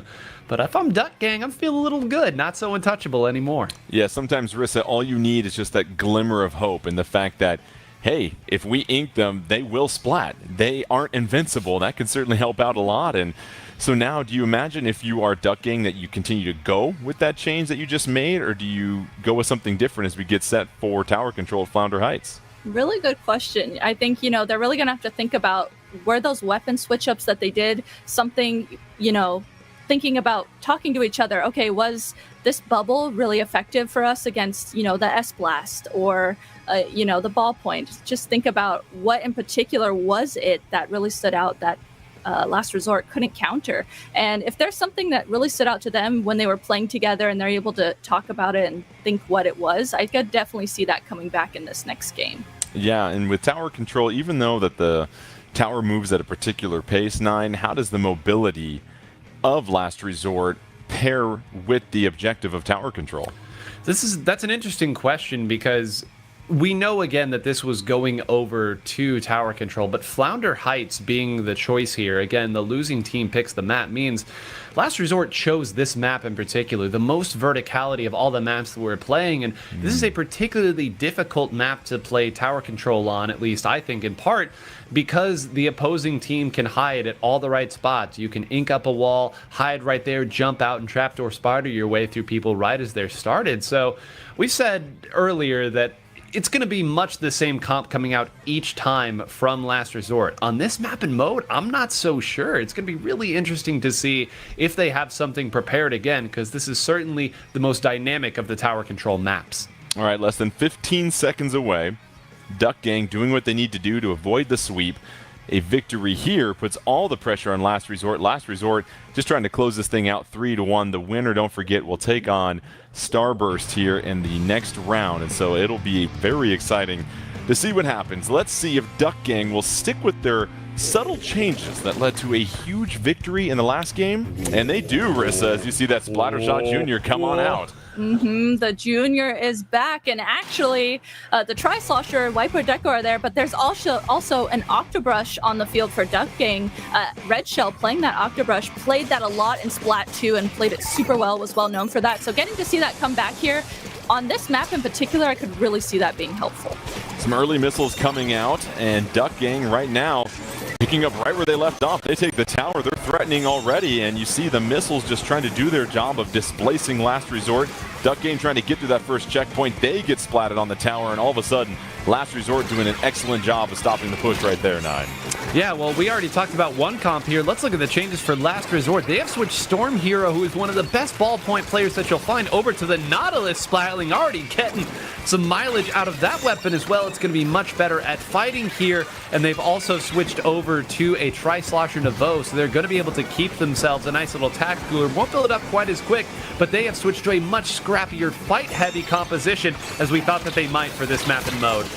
Both teams threatened the first checkpoint, couldn't get past it. All of a sudden, you see that tactical cooler comes out, but splatted right at the cooler, so no luck there. And Duck Gang responding pretty quickly themselves. And so far, both pushes here, Rissa, have been snuffed out pretty quickly. Both teams have had their pushes shut down right away, and this game is looking a lot more even than the previous games initially against these two teams. So with both teams here just pointing fingers at each other, trying to make something happen, make sure they clear all of these ledges like that. This Swiper Deco for Duck Gang able to clear that, and now Duck Gang again on the tower trying to get through this first checkpoint. And Nine, what I'm really seeing is how much the missiles are impacting Last Resort. They really seem to be scrambling more than they are uniting and coming together on a front here, and that's really the threat that the missiles have and why people are so excited about them, as you see another member of Duck Gang go down, though, and the advantage for Last Resort.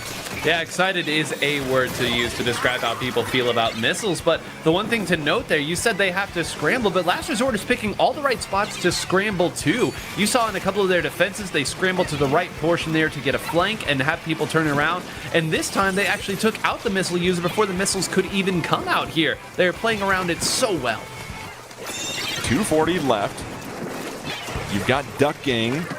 That's at 82. Last Resort has taken the lead. They're getting to the second checkpoint now. And so Last Resort, as we said, can close this out and move on to winners finals with a victory here.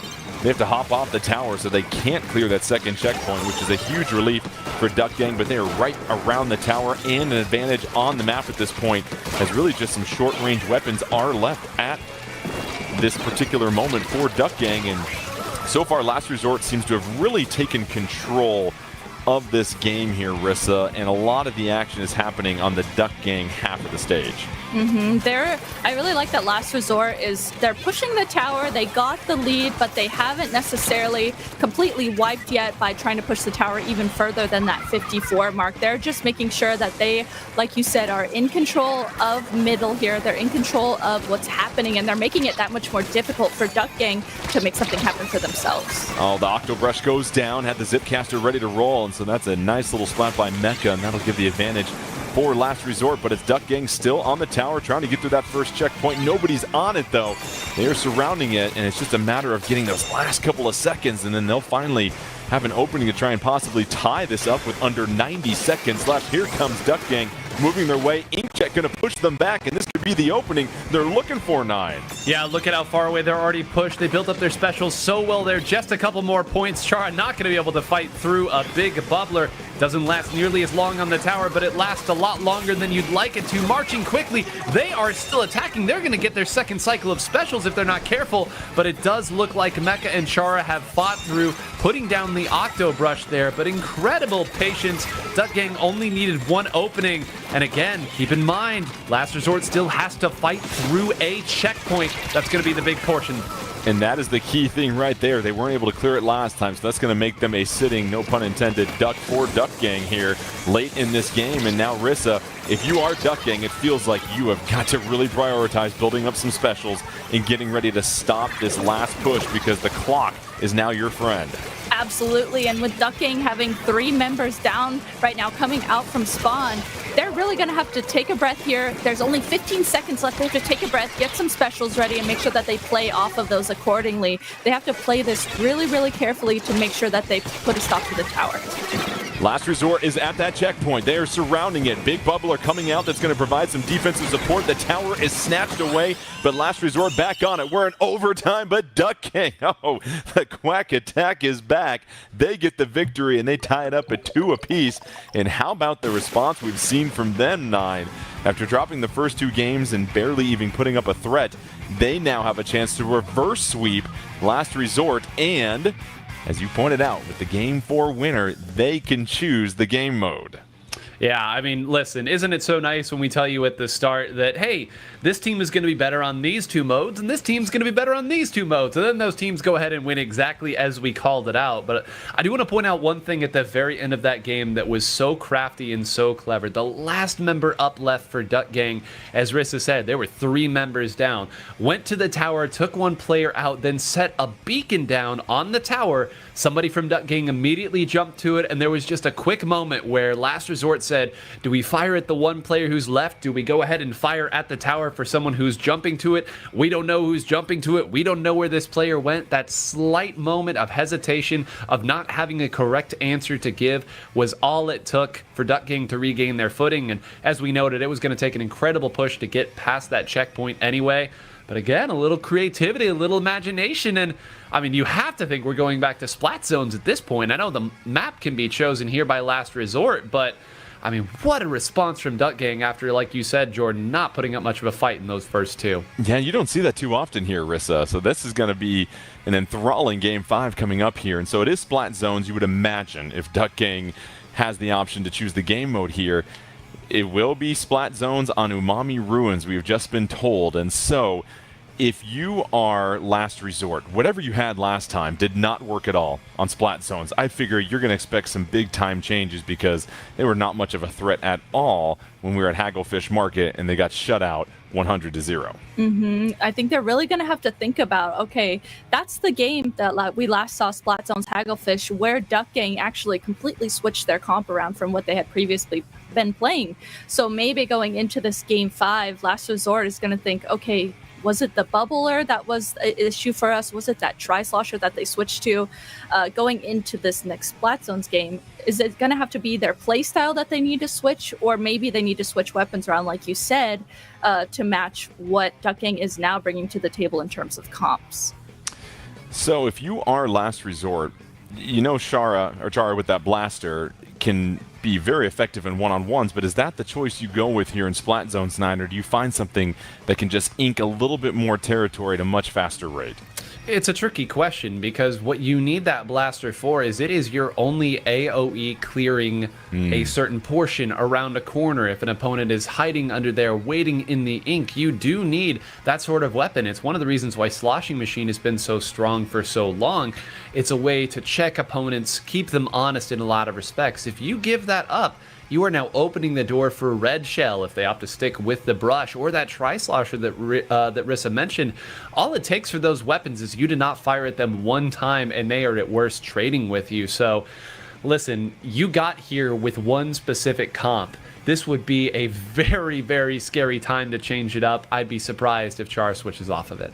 All right, well, it's going to be Splat Zones and Umami Ruins, and Duck Gang trying to complete the 3-0 reverse sweep after being down 0-2. This would be one of the most monumental comebacks we've seen in any of these tournaments. Can Duck Gang make history here at Umami Ruins, or will the only history be the ones buried underneath the dirt on this stage? We will see as both teams try to head to the middle. And Rissa, it looks like everyone's going to stick with what's been working for them throughout this entire set. Yeah, both teams are sticking with the same comps that they have. The only thing is for Duck Gang, instead of having, like they just had no anchor in that last tower control game, they are switching back to having a ball point, so going to be able to have range here for this Game 5. Now, 9, obviously, it's a dual zone stage, so this will be fascinating. How does that impact things? Well, first of all, it's going to make the Reef Slider a lot better in terms of riding it forward and neutralizing the zone quickly. But you can already see, Jordan, we're 40 minutes in, and finally a point comes off the board here. As long as you can control your own side, the opponent's going to have a difficult time scoring. Great work there by Henri to actually get a player out at this point. Now, Red Shell fighting forward, probably going to opt to go back and, yeah, go ahead and get a little paint on that. There are points to be had, and finally they will start ticking once again. Duck Gang building a lead here early on. Last Resort trying to take down a couple of members. They do, so they're going to go ahead and take that left zone. They've got the right zone surrounded. If they can win the firefight, they do. And now all of a sudden, Last Resort has started to build up some points in their bank as they put the penalty on Duck Gang. And so a nice little response by Last Resort here in this Game 5. The winner will go on to take on Starburst. And already we see all 4 members, Rissa, really working well together as Last Resort has taken the lead. Last Resort taking a lead, and I love that you can see they're making sure that they have control of that top mid area. That's so important when it comes to Umami Ruins. You just need to make sure, okay, even if we only have one of the zones or we are stalling out the zones, just make sure you have that top mid control, like we see Storm Hero doing really, really well with that ball point. So Last Resort doing a great job at holding the zones here, making it difficult for Duck Gang to get back into the zone. And that was big there, 9, for Last Resort to take the zone back, because that could have been Duck Duck Gang. They could have stolen it for a quick second, put a penalty on, but now Last Resort has built up a 31-point lead with under 3 minutes left, and it's Duck Gang that is now trying to fight for that leftmost zone. The Last Resort able to just do enough. However, it is going to be Duck Gang, and here seems to be a big opportunity. Yeah, all kinds of exchanges there that kept more points from coming off the board here. Keep an eye on these beacons. If Duck Gang can find some footing here, they are in a pretty good position. They're going to have the missiles to displace. However, Last Resort tries to attack. They're going to start with their own missiles here. Going to have to move there. There's an opportunity to go in and make an attack. One down, but look at that. Oscar goes down on the zone. And yes, everything after here isn't looking so hot for them either, but that stopped any more points coming off the board. The missiles doing the same job they've been doing for years. And now Last Resort, a critical pickup of the zone. You see the 29-point penalty onto Duck Gang now, and so it feels like Last Resort getting the zone at the most opportune times that they need to, and all of a sudden we see them starting to push forward a little bit here. If you're Duck Gang, you gotta fight back, and now you're down 2 members here, Rissa. Yeah, Duck Gang is really, you can see they're trying to figure out, okay, there's members of Last Resort coming around the left side flank, coming around the right side zone. They just need to figure out what to focus on together to at least push forward and take down members of Last Resort to at least cap one of the zones. It's looking a little bit difficult for them to make sure they regroup and figure out how to work together to get back in.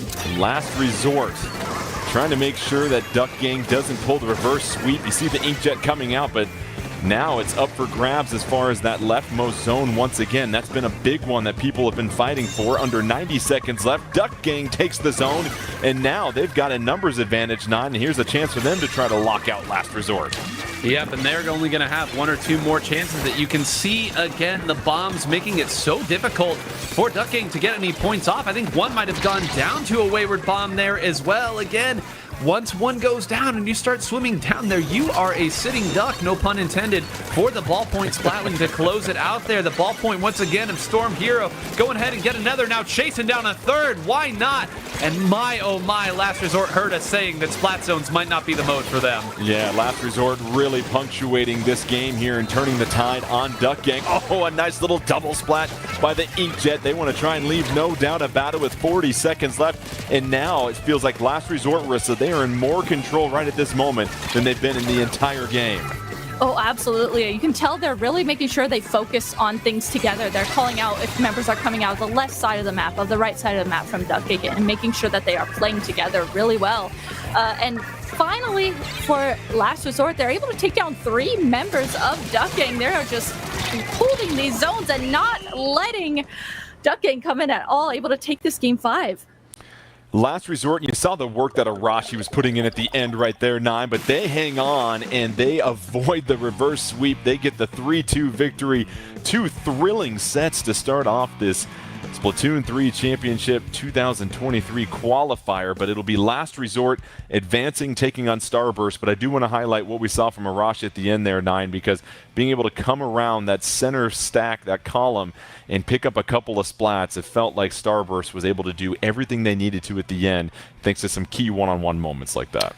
Well, earlier you asked the question, Jordan, is it better to have control of the mode or of the map? And we kind of tiptoed around it like, well, there's not really a great answer, but if you know the time to attack, if you can hold a top mid there, as Rissa noted earlier on, if you can make an argument that you understand how the map plays and that your comp works better on it, the answer is always going to be the map. And again, so many points Duck Gang left on the board because bomb after bomb trickled in, the suction bomb, the fizzy bomb, taking one zone. And right there at the end, you said, Arashi, sense the moment, let's work around, let's attack with my very mobile weapon. And I mean, 2 game 5s, you noted it, Jordan. Yeah. We have seen some premium Splatoon being played today. All right, well, let's check out the bracket. It's good to go. We have our winners finals set. It'll be Starburst that had to go the distance against Jackpot versus Last Resort that raced out to a 2-0 lead, but had to hang on there in game 5 and able to take it in decisive fashion. So these 2 teams will take a breath, catch their wind, and get set to face off against each other, because what's on the line? An entry into the Splatoon 3 2023 Championships, everything that every team is hoping for. So when we come back, we will have more action. Myself, 9, and Rissa will bring you winners finals just around the corner. We'll be right back.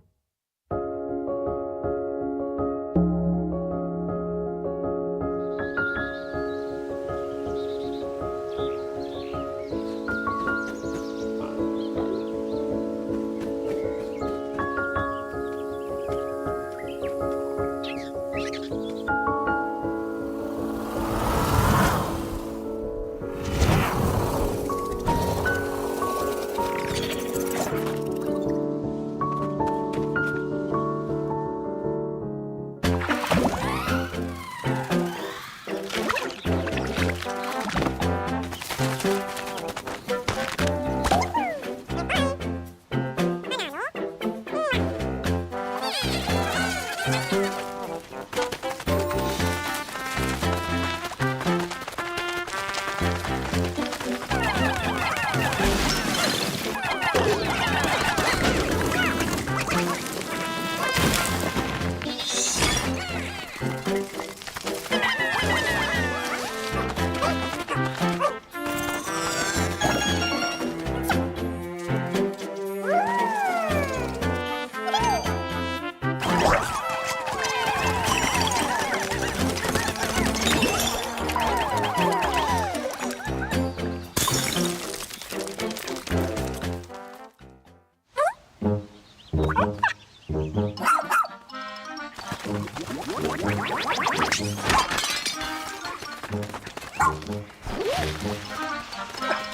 こにスパ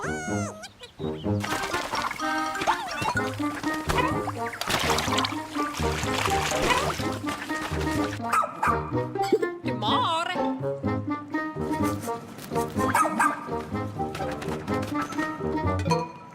Oh wow!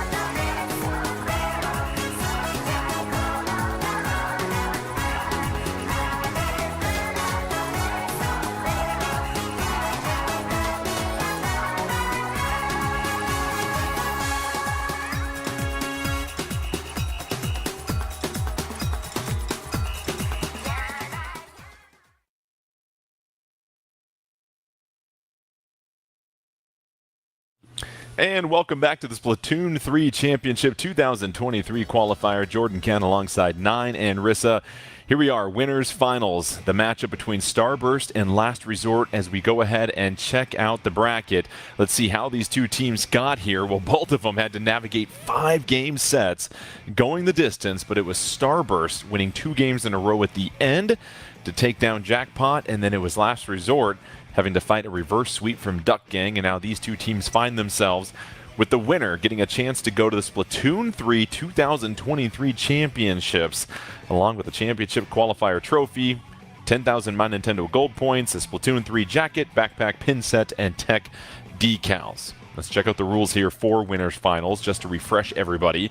The higher seed will choose the mode, which means that'll be Starburst selecting the mode first and Last Resort choosing the first stage. After that, the winning team will choose the mode.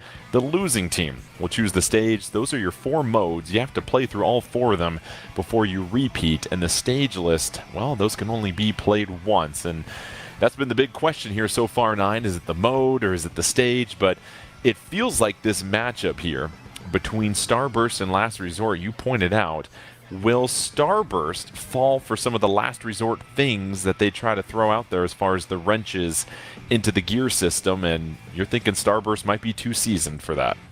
Well, it's seasoned and also the way that they have kind of built their product, right? Looking at a team like Jackpot, where we said earlier they need one opening, one special advantage, and they are going straight forward. They know where they want to attack very quickly.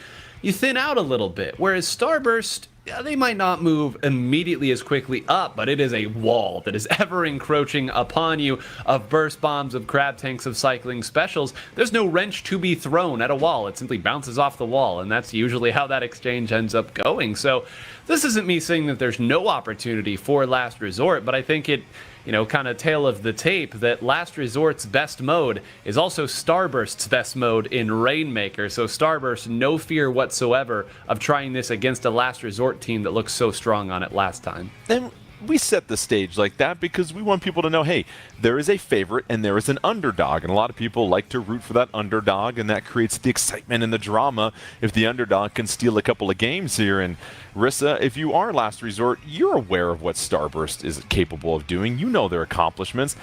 You look at this as a huge opportunity to really test your mettle, and now it's almost like this old guard of Starburst and what the meta's been so far versus Last Resort, the crazy scientist, right, bursting out of the lab with beakers burning and lab coat on fire saying, hey, I think I found something new.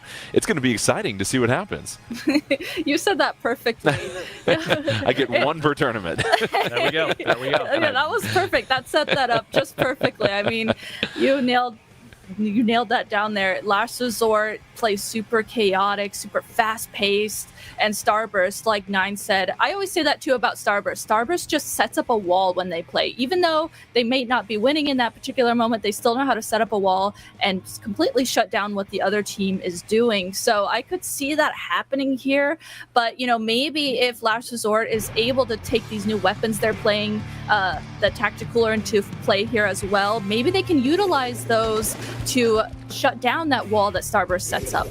Well, Nine, there's a saying, if you want to be the best, you have to beat the best. So here is Last Resort, an opportunity for them to really gauge how much they've improved against Starburst, a team that has really set the tone for so long in Splatoon 3. We'll see how this one goes. It's Rainmaker. It was the choice of Starburst in that purple ink, and that's going to be Last Resort in the yellow. And you said it before, Nine, Starburst is going to play a little bit more methodical, a little bit more patient. There's so much purpose behind everything that they do. Yeah, well, again, they understand that it's the push that comes after the push in Rainmaker, right? You can certainly, if Chara lands with an incredible trick shot there, oh my goodness. But you want, again, the push that comes after the push, especially given that Rainmaker, you now have a checkpoint as we see Last Resort approaching it very quickly. They want sustainability in all of their plays, and that's what that wall affords them. Very green of you. Sustainability there, Nine. I like it. And so Last Resort, that early lead, but as we know, that is not safe at all in Rainmaker. And now it seems like Starburst is starting to get a little bit more organized. They've grabbed the Rainmaker and already starting to advance, and they're using the Tacticooler, a little bit of their own medicine towards Last Resort here, Rissa. Yeah, able to use that and push up to get the lead, even though it's only by 2 points. You can see, though, Kyo is instantly jumping back in as Bagel is just stalling out this Rainmaker here on the right side, avoiding this Inkjet that's coming out from Storm Hero, and slowly getting to that first checkpoint. And just like that, not able to get all the way to the checkpoint, but at least able to get the lead a little bit further for Starburst. And I'm going to say, Nine, that was a clinic on how to swim with the Rainmaker, avoiding the Inkjet, baiting it into shooting at different spots, and that helps Starburst build this early lead. And now they have an Inkjet. They're about to burst the Rainmaker shield. A lot of purple ink on the side of Last Resort, but they still can't get to that checkpoint. Last Resort here, Nine, doing a good job of playing a little defense. I mean, they are hanging on by a thread here. One other goes down, but they always have one more person with the quick respawn up to hold on to this. You want to know what quick respawn looks like on the defensive side? It's like this. There's always one member left. Finally, Starburst has fought through them, cleared it out, but will the Rainmaker stall? Yes, we're going to get a Rainmaker reset, and they even got another Tacticooler out. So once again, they're going to be able to find their footing. Last Resort barely hanging on, but sometimes that's what you have to do against a team of Starburst caliber. And now they've grabbed it. I don't even think Kyo realizes yet. He's still looking forward. And Kyo trying to back up, but those Tenta missiles coming down. Tacticooler is deployed. Triple Ink Strike splatted before they can use it, though. And so Last Resort had 3-2 on the map for a second. They're able to push it to 66, so threatening Starburst, but it's still Starburst with the lead here, Rissa. They are still in control. Still in control, and you can see, I mean, we got to see that perfectly from Kyo's point of view. Kyo is continuously dropping down on this right side, creating so much space on the right side, and it seems like that's actually adding into factoring that Last Resort can't really take grasp of that and shut that down. So Starburst able to get through the checkpoint at least, and now looks like they're going for getting more points here. Bagel was finally able to clear the checkpoint, and so they've got an 8-point advantage. Under 2 minutes left to go. Last Resort has been scrappy as they go ahead and pick up another splat. Can they make it 2 in a row? No. Oh, but they do take out 3 members here, Nine. Here is that window of opportunity, potentially. Yeah, and Bran, the last one up, is running as far away as he possibly can, desperately trying to fight off and build up a crab. They have their own Tacticooler on the defensive side, so they have enough resources to make this happen. Can they clear Chara on the S-Blast? Chara was able to get away. Bran is actually going to take a dive at the Rainmaker and takes out Arashi in the process. Hold on, 2 down, 3 down. Mecha's going to have a path to it. If they can get this pop quick, they could maybe take this lead. That's the problem. That checkpoint is going to slow them down. It might be just enough as Starburst was able to respawn and regroup. Here comes the triple Ink Strike. Can they avoid it? Third one goes down. Still some members of Last Resort up there. They take down a member. 4-3 advantage for Last Resort. Under a minute left to go. They have the Rainmaker trying to push forward. Can they take the lead? Last Resort. Oh, at the last second, Rissa. They get splatted and cannot take the lead. Oh, but yes, they do. They reclaim it. Rissa, how about the claim that they did at the end there? That was so clutch. It was 3 down on each side. It was a 1v1 essentially, and I didn't see who that was on Last Resort, but whoever it was, they made the smartest move there. They knew there was only one member up on Starburst. They grabbed the Rainmaker, pushed it forward, and got that lead all the way to 24. So really, really good, quick thinking from Last Resort there. They did it just like their name. It was a last resort push for them, and now it's under 30 seconds. They have just got to play some defense. Can Starburst close this thing out with the clock winding down? They lose the Rainmaker and a member. 3-3. Last Resort might just do this. It's the opening 2-2 on the map now. A lot of space to work with here. How fast can Starburst regroup? They're getting some pressure on the Rainmaker. They pop it. Here's an opportunity. They've got 4 members there. We're in overtime. Trying to blaze a trail. You see that Splatana Wiper just sending yellow ink in the direction of Ice. Ice is trying to be patient. Will that purple ink wall be enough to push forward? Ice up top with the higher ground. You see a lot of the action on the left-hand side of your screen. You see Suction Bomb's Reslider coming in. Ice is going to have to move, but being patient. Might get flanked from behind, but yes, he does. And 9, Last Resort, able to do it. And how about the opening punch from them here in Winners Finals? Well, it was done so nicely. Again, as we said, the real Rainmaker game played off screen there in overtime. That's almost always how it works. And the members of Starburst diligently working ahead, trying to find where the players could come from. And you know, I have to give some credit to the mad scientist Pro Chara there, building up the Reef Slider. There were groans resounding about the world when they saw that Reef Slider was what was on this nice fancy new blaster of a weapon. But one thing you have to say about it, it can go forward and you can't do a whole lot about it. You can punish it after, but if the only thing that's there to punish you is the Rainmaker, that's going to be one safe lane. That's why Ice dropped off Arashi, waiting for that exact moment. And listen, we said it earlier. It's the favorite. It's the underdog. Underdog scrapping it up here. What an incredible game one there by Last Resort. Yeah, underdog's got a little bark to him. And so we see that first game go in the direction of Last Resort. And Rissa, what does it do for their confidence when you just beat Starburst at the mode they chose to open up Winners Finals? You've got to be feeling very good moving forward about what you're able to do in that first game. Oh, absolutely. They have to be feeling good from winning that game. And like we've talked about so much, Rainmaker is Starburst's best mode. They do so well on that. But I think, I'm thinking about what we've talked about so far. And we've talked about how Last Resort is also great at Rainmaker and Clam Blitz. So it's really interesting seeing these two clash. They're both good at Rainmaker. And I feel like that game, we really saw that highlighted.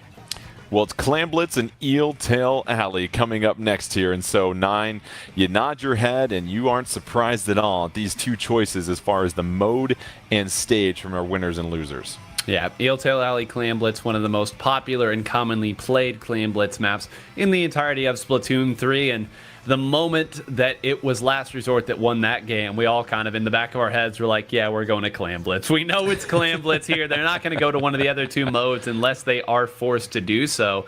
So again, we saw earlier Starburst, clearly a very strong team. They have a comp that they have built specifically for this map and mode. It's where the Rapid Pro Deco comes back out from Bran. They shuffle it around a little bit. They know how to attack on it. So again, I would have told you the exact same things about the last game and the last map in mode. So again, we will see a team that's willing to change their comp versus a team that really is stuck with the same comp, albeit a very new comp.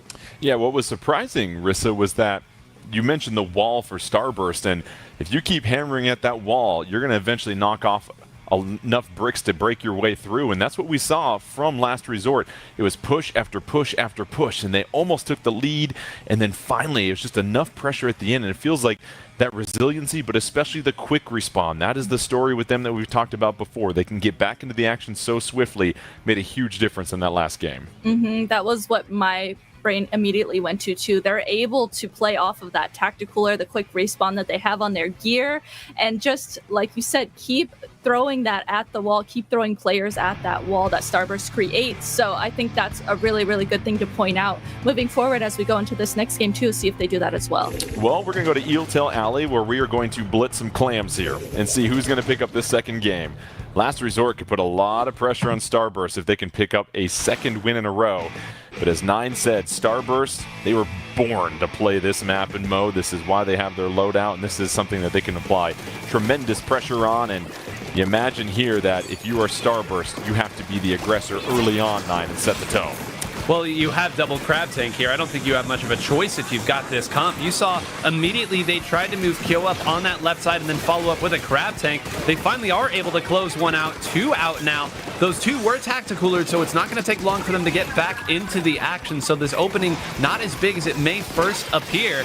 But again, this is what it's going to be. Can we create enough of an opening with the Crab Tank to move players up, take out 2 or 3 before they get tacticaler? They're going to need that if they want to make these sustained pushes. So far, so good. And just like that, look at the score rack up here as Starburst is able to push forward. They get a power clam and a bevy of clams in to take a 62-100 lead. We'll see if they get any more here. And a nice little opening gambit from them, and now it's Last Resort that'll have the ball in play. Tacticooler comes down, but a Splat Bomb just in time to go ahead and diminish any effect from that. And so Starburst in prime position defensively here, but they still want to kind of take the fight to Last Resort here, Rissa. They don't want to sit back and just be stale at this moment. You can see they used that whale, they had used the crab, and I love that they used them right away because they had them ready. They didn't let Last Resort take more space than they needed to. And still, look at this. Starburst coming out with a tri-strike. They had their second crab as well, and they are really trying to shut down what Last Resort is doing, as we see a trade happen at the top of the screen, and it looks like it's working for them. Last Resort just has to figure out, again, how do we get through this wall that Starburst sets up? See the beacon go down. That'll provide a little bit of support and how fast they're moving with that Tacticooler, of course. But is it enough? No, they can't escape Starburst, and all of a sudden it's 4-1 on the map, a near wipeout 9. I mean, just clinical there by Starburst. You cycle your specials, you position properly, and the moment that you mark one player and take another out, we go forward. The time is now. Points flying off the board. Some missiles will finally get people out, but there's still a crab tank coming from Bran. Chara does shut it down, but again, it has been all Starburst thus far. This is, again, why they are such a strong team. You noted earlier, eventually bricks come off the wall, but there are a lot of bricks on this wall and a lot of championships that this wall has won. Yeah, they are really starting to take the momentum, not only in this game, but potentially in the set with the way that they are dominating Last Resort at this moment. Last Resort hasn't really been able to even threaten with the Power Clam at this point, and trying to sneak through there at the tail end, but finally getting splatted. And so Last Resort just doing all that they can to protect their own base. They can't even think about playing offense at this point here, Rissa. They can't. They're just trying to make sure that they clear out their base. You can see Starburst was trying to actually, it almost seemed like Starburst was trying to set up for another push there. They had that power clam, but Last Resort at least able to sit back, take a breath. You can see they're painting up for their specials. Missiles are ready. Their Tacticoolers out. So if they're able to utilize these specials correctly, maybe they can make something happen. So you see the missiles coming out. I imagine 9, as soon as those missiles go out, that's when you want to move forward, because you know it's displacing Starburst. But the problem is they're still so far away from the basket. Well, that's the trick, right? What's the follow-up to the missile? We fired the missiles, the opponent is moving, and now what do? Are we going back and trying to build a special? Do we have enough legitimate follow-up? So far, it appears that the answer is no. That's a Tacticooler and a missile that has been cycled now. They've got nothing to show for it except for a couple players going down. No real map control. Let's make it 3 down now. It's been all Starburst thus far, and have as much quick respawn as you want here. If you keep going down this quick, it's not going to matter. That just means more splats available for Starburst, the faster that they're coming in at this point. So here comes that killer whale that's going to provide even more support. And you've got a dominant lead, 28-100. Last Resort has yet to even get a power clam thrown in, but you see a lot of action going back and forth, and right now Starburst in full control. We've talked about this wall. It is evident here in this match because Last Resort has yet to really play much of this game, excuse me, in the half of Starburst, Rissa. Yeah, Last Resort is trying to use their specials. They're trying to use that Reef Slider. They're trying to use the Inkjet. They're trying to use the missiles. They're trying to use all of that to even get into mid, and that's an issue for them. They cannot even get into mid, let alone get to the other clam basket to score. So Starburst is absolutely puppy guarding mid here. They are not letting Last Resort move. Another shot on the basket. Here's a chance for Starburst to really put this game out of reach for Last Resort. 10 seconds left. This basket will close here, but it feels like the writing is on the wall as Starburst responding in dominant fashion here. It's going to take Last Resort a miracle push by them if they want to try and take this game. They finally get near the basket, but already just chased out of there, and they've got a power clam. They're going to try and go for the jump, then the toss, trying to hide behind the wall with the killer whale, and splatted right before they can get that power clam towards the basket. Going to jump in, and here we go. They get one, but the second one's going to follow up. I don't think they're going to have enough there, though, 9, as we obviously see Starburst clean things up. No, that was their freebie clam that they knew they were going to have. That was the jump in there. They were going to need a lot to be done. And again, no right answers for Last Resort in that scenario. Starburst so strong. Folks, we promised you there'd be a few less crab tanks maybe in this set than you've seen in the past. Throw that out the window when Starburst comes up, right? Yes, that weapon has been dinked and dunked all the way down. A little nerf here, a little nerf there, some duration changing there. It's double crab tank and it's Starburst, right? It's going to continue to work, and with Ice being willing to switch over to that Rapid Blaster Pro Deco to, again, check around corners, a little chip damage here, it makes the long log shots from that crab tank all the more powerful, and you saw what it looks like there when it's firing on all cylinders. Splat Zones will be coming up next, so obviously this is the game mode that Starburst feels very confident in, and Listen, they're not going to change their loadout too much, Rissa. You're going to see maybe some subtle changes based upon the map, but for the most part, this is what they do, and we've seen how effective they can be in Splat Zones, especially in that first matchup against Jackpot. It feels like if you are Last Resort, you're going to have to continue to find a way to just find that aggression that you had. We didn't really see that aggression at all in this last game that we saw in Game 1 where Last Resort got the victory. Anything that they might do to maybe retool their process as they get set for Splat Zones? Last Resort, I don't know in particular what they might have to do. It almost seems like Starburst has really honed in on what they need to do in particular against Last Resort. So Last Resort, maybe going to have to play a little bit more patiently, maybe play a little bit more painty, try and get more paint on the board to be able to move around better with their aggressive weapons. If they're able to get to a point where they're able to do that, I think maybe they could make something happen. You bring up a good point, Rissa, and for 9, that last map, Eeltail Alley, it's such a long, narrow map. That really takes away a lot of the left and right mobility that if you are Last Resort that you can take advantage of. So you get the sense that you get to a different map that's going to help play to your strength of mobility a lot more than what we just saw in Eeltail. Yeah, where do you come in from on Eeltail Alley, right? How do you get back into the action without taking right damage? Down the middle. Yeah, the answer is you either go through a slosher, you either go through a blaster, or you go through 2 crab tanks. There's no correct answer in that scenario. You're going to take damage just to get back to the middle of the map. So I agree entirely. Eeltail Alley, the perfect pick in that scenario for Starburst to make some magic happen here. An opportunity to be had, and again, I don't think they're going to change their comp up too much. No, you probably won't see much of a change there. But however, the map will be selected by Last Resort, and I can bet you it'll be quite a bit different than Eeltail Alley. And so we're getting set for Splat Zones Game 3. It is tied at 1 apiece. Don't forget the winner will get a chance to enter the Splatoon 3 2023 championships. And yeah, you really can't go much different than Eeltail Alley, Rissa, than going to Flounder Heights. Right. This map there's so many different flank spots. There's so many different areas to hide underneath that bridge. You can flank around to the other side zone. You can there's so much chaos that can ensue here. And Eeltail Alley, like we said, it's a straightforward, obvious map where the path is. This one, however, there's a multitude of paths that can be taken. And 9, go ahead, because we just saw something exceptional right out the gate. It's just not fair. You build up a crab tank from that distance, you hit 2 people, they have to move back, and Bran is already there with the follow-up.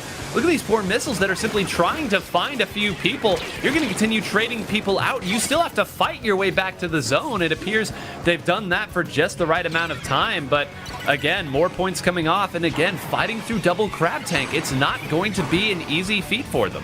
Inkstorm coming out for Last Resort does just enough to make it a bit of a stalemate at this point. However, with those 2 zones, you see Starburst moving forward there, just a few drops of ink away from claiming it, and they will continue to build their lead. And now you see they are well positioned on the top half of Last Resort's half of the map. And here comes all the pressure, Rissa, where they're just going to have a purple Inkstorm to supply so much pressure and make things difficult for Last Resort. Yeah, you can see they not only took control of the zone, took control of that left side of the zones, but they also decided to use the aggressive weapons that they have, use those sloshers to push forward and play really aggressively. That kind of actually has slowed down Last Resort a lot. 2 members of Last Resort go down. The last 2 remaining members are left alive, trying to get to the zone to at least stall it.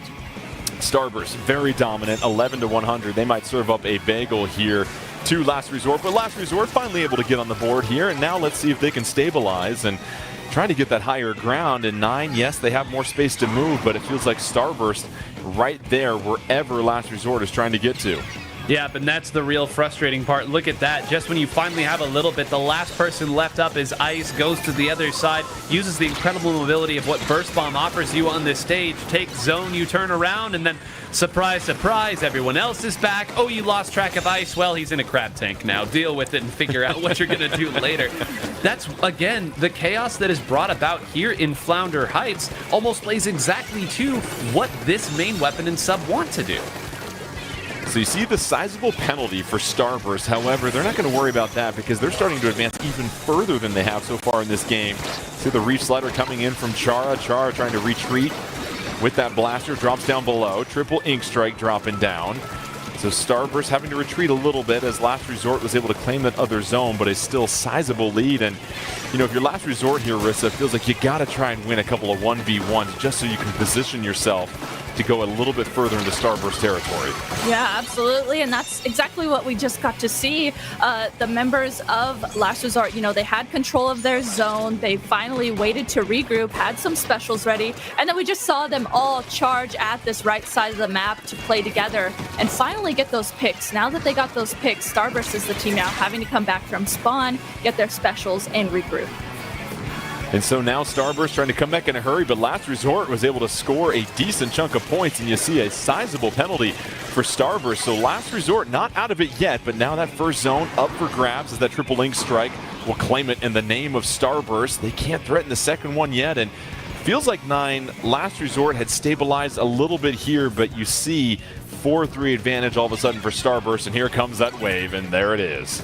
Yep, again, they're going to use their specials to give themselves the room that they need, and then they're waiting on you to make one mistake. That time it was actually Mecha on the Tri-Slasher who super jumped back in and got taken out by a wayward triple ink strike. So again, that's how they've worked their way through here. Credit to Last Resort holding it off again, but we said earlier you only get so many chances against Tacticooler because it'll keep coming in. It's the same when the opponent runs double crab tank. Eventually you're going to have to prove that you can get through one of those crab tanks in a stable fashion, and that's a very, very difficult thing to do over and over again, no matter how much quick respawn you have. Yeah, near wipeout for Starburst. They are back in prime positioning here as they continue to put the pressure on Last Resort. Last Resort having to go up that ramp. Moving to the left-hand side here. Cooler comes out. That's going to help the team move faster, but not ink that you need right now because you are down with both zones and 30 seconds left. A couple of splats, though. 4-2. Here's the chance for Last Resort with two specials ready to go as well, too, Rissa. Last Resort, they know they need to at least push forward and cap the zone, able to take down one of the members, two of the members now of Starburst, and this is exactly what they needed to do. Oh, look at that. The last member, or one of the last remaining members of Starburst was sharking there, and they're able to take it out with 5 seconds remaining. Last Resort needs to cap the zone. Couple of splats there. They've got to get the zone. Not in time, though. Oh, Last Resort. You thought they were going to take it to overtime 9, but Starburst doing just enough at the end to pick up their second win. Well, I mean, how's about a taste of your own medicine there? You saw Last Resort. We had the perfect perspective there. All right, we've got the zone. Wait, they're behind us. Okay, we've got that. Wait, they took the other zone. Now we'll go. Wait, they took the other zone again. How did they keep fitting these jumps in? And listen, Kyo has never met QR that he didn't like. He is one of the big proponents of that ability as well. And when you run a Tri-Slosher, you know that there's going to be at least some QR on that Tri-Slosher. So for them to, again, prevent by way of simply neutralizing one zone in a two-zone map, Last Resort from moving forward means that that final hold never had a chance. Little awareness right there. You don't get this far without a trick or two up your sleeve, I gotta say. No, not at all. So it really feels like Starburst has found the counterpunch to Last Resort here. After Last Resort took that first game, now Starburst in full control here, Rissa. And even though Last Resort was putting up a little bit more of a fight midway through, it's just, again, you can't make any mistakes or else Starburst will make you pay. Starburst just consistently make sure they have eyes on everything, it seems like. And even though Last Resort plays in this really fast-paced fashion, they make sure they have members all over the board. It seems like Starburst is just doing a great job at making sure they have eyes on all of the chaos. They're not letting Last Resort, get away with doing things like that.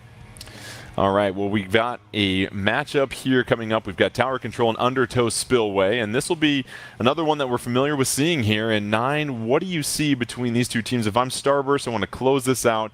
I've obviously been very familiar with this map and mode. How do I pick up the dub here? Yeah, this will be an interesting one because earlier we noted that Starburst had a double blaster composition that they brought out specifically for tower control. Now, they did not win that tower control map. I know that was against Jackpot, but I think all of this speed that you've got right now, the wall, the stability, it's a little bit harder to maintain when you are on double blaster. Certainly there's a ceiling maybe that you don't have, but I'll be interested to see if they bring that out, if they simply move Kyo over to the blaster and have everybody else go with more tried and true picks. But we'll see, and we won't have to wait much longer. All right. Starburst trying to punch their ticket to the Splatoon 3 championships this year. Can Last Resort force a Game 5, though? We've talked about the value of winning Game 4. The control is in your hands. We'll see if Last Resort can grab the Power Glove here, or else it's going to be Starburst that'll find themselves in yet another championship opportunity. Early on, Tacticooler coming out. You see some missiles that'll be fired here very shortly, and just like that, the tower taken by Starburst here. A quick strike from them, Rissa. Yeah, Starburst initially takes the tower, tries to actually play off of that inkjet that they had out as well, but they do have 2 members down now. It looks like Last Resort, they just rushed that left side, and in that aggression, in that rush, they're actually able to shut down what Starburst was setting up. Now another member of Starburst goes down as well, and Last Resort is just trying to get through this first checkpoint. Yeah, and one of the earliest checkpoints as well too, Nine, and this can be a tough one because it's right at mid and all the action is right there, but you know, Last Resort, we've talked about it. It's your last game potentially as far as being in the winners finals. You want to be aggressive coming out, and we've seen a different look from them already, Nine. We have. They've done such a great job. Kyo admirably held that tower almost single-handedly for the better part of a minute, but eventually one will not hold against 4. And now this is the really intriguing part here. This is one of the tower control maps where that second checkpoint actually puts you in a great spot to fire upon the people who are going to try to defend the tower. Certainly with an inkjet, you can get up there to do it. But if you think that the opponent is going to be putting a crab up there, you can pre-fire, you can put the blaster right there, and they've marched right on through it without any of that. They've taken 2 down already. Yeah, you saw Arashi and Kyo going toe-to-toe, and Arashi just buying enough time for his team to get through that second checkpoint. Didn't allow Kyo to flank in on the tower, and so now you've got the lead for Last Resort. 2 checkpoints that Starburst has to go through still, so it feels like, Rissa, if you're Last Resort and you can just keep the tower in the half of the map for Starburst, that's going to put tremendous pressure on them as far as trying to get back. The longer that Last Resort stalls out the tower here on this left side, like they have been doing, the harder it is for Starburst to make something happen. That is just that much more precious time that Starburst needs to push the tower for themselves. So finally, Starburst now able to take the tower, able to break through what Last Resort was setting up. But you can see on the right side, Last Resort, they are back here. They are setting up their defense right away.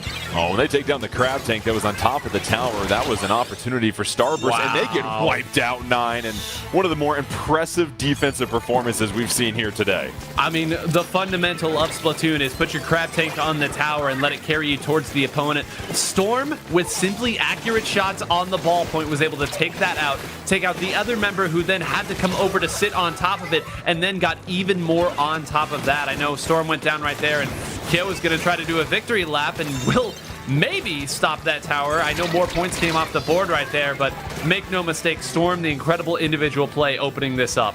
Yeah, 3 specials ready to go for Starburst as well, too. They're going to hang on to those, but a member goes down, and so now it's 2-1. And Last Resort spawning quick enough to get right back into the action. Here comes that Reef Slider.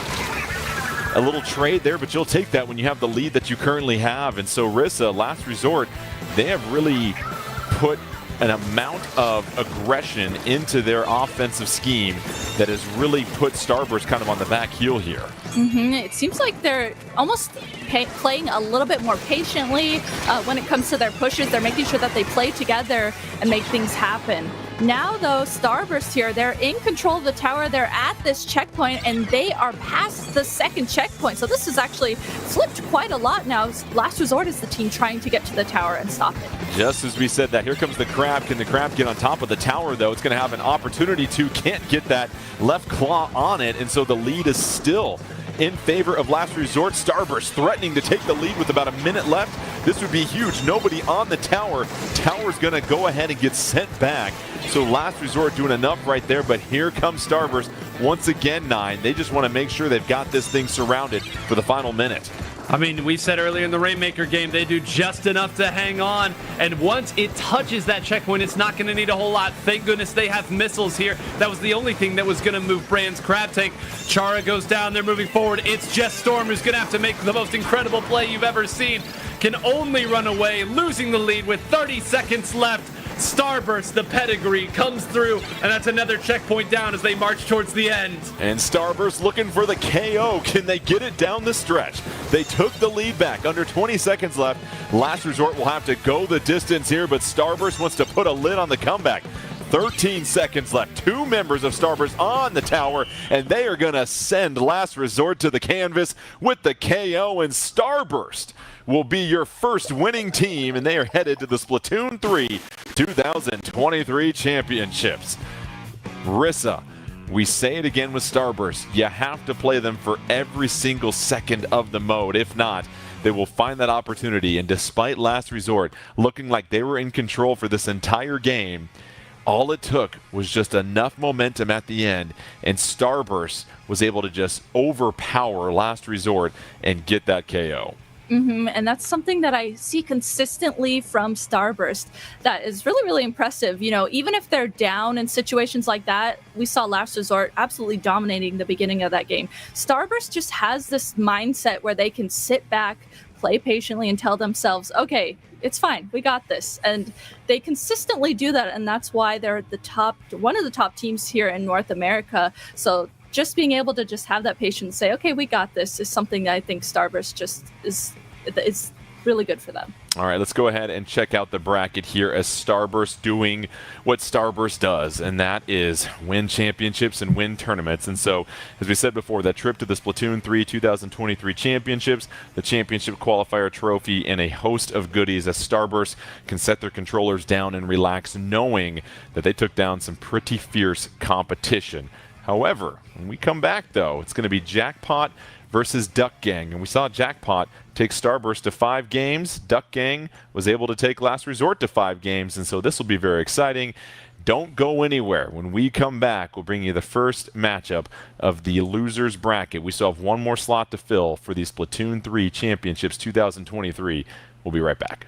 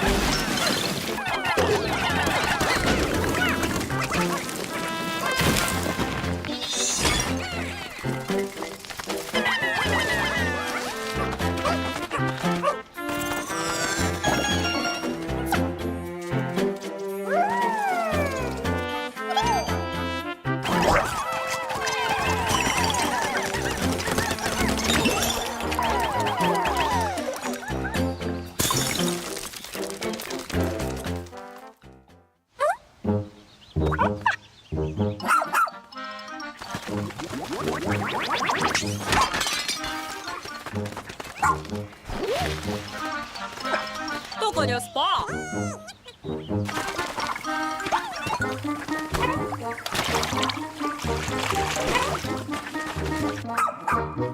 Che mare?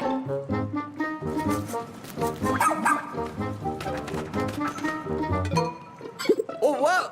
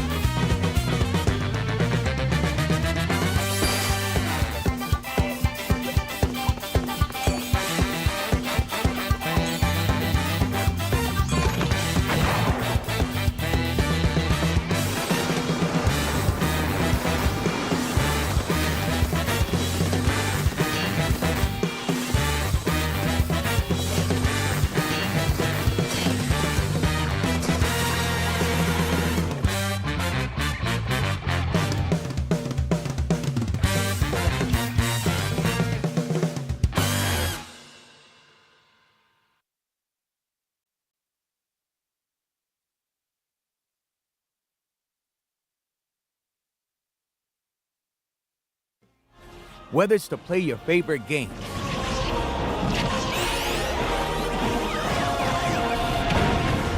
to play for school pride,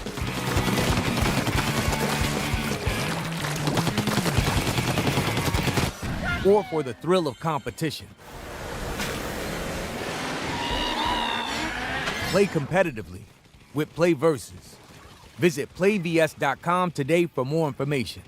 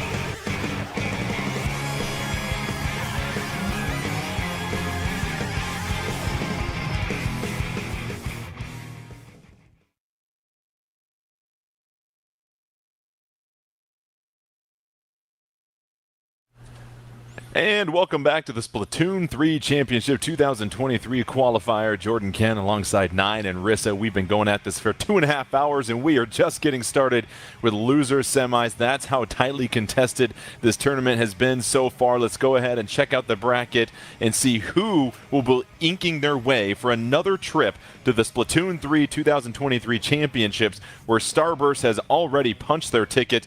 We've got Jackpot taking on Duck Gang. Both of these teams lost Game 5 in their respective semis. Whoever wins this will then take on Last Resort. And so, Nine, you look at Jackpot, and this is a team that even though they dropped down to loser semis, they are right up there with Starburst as one of the best squads in North America. Absolutely. Until last month, you couldn't say that there were any teams on par with Starburst, much less that could beat them in North America. And now Jackpot has done it in a previous tournament, so they certainly feel like they deserve all the accolades that Starburst is getting, and I'm sure they are looking immediately straight forward to their path to try to get a rematch later on in the year with Starburst. Duck Gang will be a tricky opponent for them to get through, very different than what they played in Starburst, but for Jackpot, they have to be feeling confident, maybe a little bit angry with the way that last set ended. Yeah, I imagine, Rissa, you get to Game 5. They were up 2-1, don't forget, over Starburst in full control. You obviously feel like, okay, we can take care of business against Starburst. They've got to prove themselves now in loser semis. As Nine mentioned, Duck Gang, a team that can give you issues. They were down 0-2, almost reverse sweeped Last Resort. And so if you are Duck Gang and you are the underdog coming into this, we do like to set up the title cards like that. What do you have to keep in mind against Jackpot? Are they a team similar to Starburst where it's going to be this wall, or is Jackpot one of those teams that is just going to look for that one opening and push like crazy? You know, Jackpot is kind of a mix of both of those things, I feel like. They have that ability to set up a wall and hold spaces when they need to, but they can also, like we've seen previously, Madness and Leafy do, you know, play really aggressively and make things happen if they need to just, in the flick of a switch, make something happen really, really fast. So when you're Duck Gang going into this, you know, definitely Jackpot is going to be on par with what Starburst is and how Starburst plays. So you got to be really thinking about, okay, we're going into this first game. How do we get a feel for how Jackpot's playing? What can we do with our comps? Because like we've seen previously too, Duck Gang has switched up their comps. So they might, you know, take this first game to get a feel for what Jackpot's doing and then switch it up as we go on. And we are going to have a familiar mode and stage. It is Splat Zones Hagglefish Market, which has really been a strong combination for both these teams here, 9. We saw what Duck Gang was able to do when they were down 2-0, just mop the floor with Last Resort in Splat Zones at Hagglefish Market. Well, interesting to note here, I would argue the centerpiece of that comp is nowhere to be seen. Rissa, there's no Splattershot Jr. Instead, Drifty has opted to go back here to the NZAP 85. They're going to try to tactical their way through, but that is a dangerous game to be playing against a team like Jackpot. We see Jackpot come in there with the Inkjet and already take the zone and take out 3 members of Duck Gang and Rissa. They are pushing forward. No qualms about what they are trying to do. They're going to lock you out and make life miserable for you to try and get back to the middle. Yeah, if you look at Jackpot's comp too, there's the double ball point. There's a splash, which has a crab. So that's, you know, almost kind of like another splatling that you add to your comp when it's in effect. So, I mean, Duck Gang here tries to get in, but Inkjets come out from all angles, and Duck Gang not quite able to get back in with all that range that Jackpot has. Jackpot so far dominant, just coasting their way, a 70-point lead at this point. However, Duck Gang does have a numbers advantage. They're going to have to strike quickly, though, to at least apply that penalty. Can they get any closer? They do a wipeout at a critical moment, and that's going to tack on 63 seconds of penalty for Jackpot, and now it'll take a little bit of time. And Jackpot wants that KO, and here's Duck Gang. All it takes is one turn of momentum here, 9, and hopefully they can try and seize it here if they want to get back into it. Yeah, probably not where that jump was intended to go. Very lucky to be escaping is Henry here on this tri-slosher, but wow, 3-4 people shooting at that 4 player on that side, and an incredible direct to close out Madness as well. Hold on a minute, that was 2 players that they probably should have been able to get, but with enough precision, they've done it. And now suddenly you're starting to see it's a little difficult when you have to rely on the Inkjets in long range to get back in. Jackpot's gonna need a nice shot here if they want to fight back in. This is quite the turn already. Duck Gang, they were down by nearly 80 points, and all of a sudden, they might take the lead back from Jackpot. Hanging on for a couple more seconds, and Duck Gang has snatched the lead like soggy bread in the water here. And Rissa, all of a sudden, they've just got to push out here for 6 more seconds. Just 4 more seconds. They're continuing to take down members of Jackpot. And Duck Gang secures game 1 of the set versus Jackpot. This is why we play Splatoon 9, because you never know what's going to happen. In one moment, it looks like Jackpot is cruising to a KO. Then all of a sudden, the plucky gang is able to come right back and post an unbelievable comeback. And listen, you pointed it out. If you have those long-range weapons and you get pushed out, those aren't the best approaching tools necessarily against a team that is going to be moving fast and has some excellent shooters. This was unbelievable by Duck Gang, and I imagine this builds tremendous confidence going into the second game. It absolutely has to. And, you know, the ballpoint Splatling is a very versatile weapon. Positioned properly, it's got a good sub-weapon in that Fizzy Bomb. It's got a great special in that Inkjet as well. It's got all the tools. Running double ballpoint does not mean that all hope is lost, but you start to see one player gets pushed off to the side, they have to run away. Suddenly you can't position where you would like to. Your margin gets a little more thin than if you had run maybe 3 frontline weapons and then that ballpoint Splatling on the back. And that's really all it took. They weren't able to get much follow-up off of their Inkjets, and credit to Duck Gang as well. We questioned if they could win. We questioned the change on the comp. There's your answer. Up 1-0 over one of the strongest teams North American Splatoon has ever seen. Yeah, this was similar to the winners finals where Last Resort took the first game, and now we'll see how does Jackpot respond. They've obviously faced adversity before, and you know, Rissa, if you're Duck Gang, this is how you do it. You don't quit. That's what we saw in their entire set where they were down 0-2. Now that mentality, they just got to take it one game at a time here. This team, they have all previously been a team together, so they all know how each other plays. And then, like we talked about in the very, very beginning of this stream, this team has actually been known to cause upsets for higher level teams like this. So having a game like this against Jackpot, I think, is a great start for Duck Gang. They just need to continue doing this moving forward when we head into this next game. All right, well, we will get set here. It'll be interesting because Duck Gang gets to choose the game mode. And obviously the map will go to Jackpot here. I imagine if you're Duck Gang, what are you leaning towards, 9? What do you think where you might have the advantage? Well, we just got word from on high that it is Rainmaker that has been chosen here. So this is another interesting one. Because again, Duck Gang, a team that did not play so well the last time Rainmaker came up against them. Now that was against Last Resort, but we said this is a tricky team. They do have the ability to switch up at times. They can run the missiles. They can run that new Wiper Deco as well. Set up some beacons, throw a wrench in the machine as it were. And we're going to Eeltail Alley as well. So again, you feel like maybe you can take advantage of some of these high points hitting over the sides of things. I think there's a real opportunity for them here because they have shown a willingness to be more versatile, to change their comp up, and from Jackpot, it's been a lot of the same. And this will be interesting because Jackpot's not afraid to shake things up as well, too. And when you get two teams here, Rissa, that aren't afraid to adjust, it's going to mix things up. It's almost like who can have the best counter pick, and as far as who's going to maybe get that upper hand with strategy. And so you look at what needs to happen here for Rainmaker and what we've seen from Duck Gang. What is going to be the top priority for them? Why do you feel like they chose this specific game mode for the way that they play? Ooh, I think, a lot of it comes down to the fast pace that they can play out when they get set up. If they're set up like we just saw in that first game, they can make things happen really, really fast. So going into Rainmaker, it's almost reminiscent of Last Resort in a way. If they can get set up and make things happen, they can set up beacons, they can jump to each other when they are holding areas. So if they're able to just capitalize off of that play style, I think they can make things happen, and that's why they went ahead with this one. Yeah, it really feels like at this point, 9, if you're Jackpot, you never want to get down 0-2. And so I imagine picking this up is crucial because when you know what's at stake and what you can possibly win, it's different being down 0-2 with a chance to go to the 2023 championships versus 0-2 in just an online tournament. It's going to be interesting how these teams handle the pressure and the stakes. Well, Jackpot's going to have to find an answer here pretty quick. You take a look at their comp here. They're going back to what I would consider much more of a Jackpot comp. They have finally put Leafy back on a shoot her to let her run wild, I should say.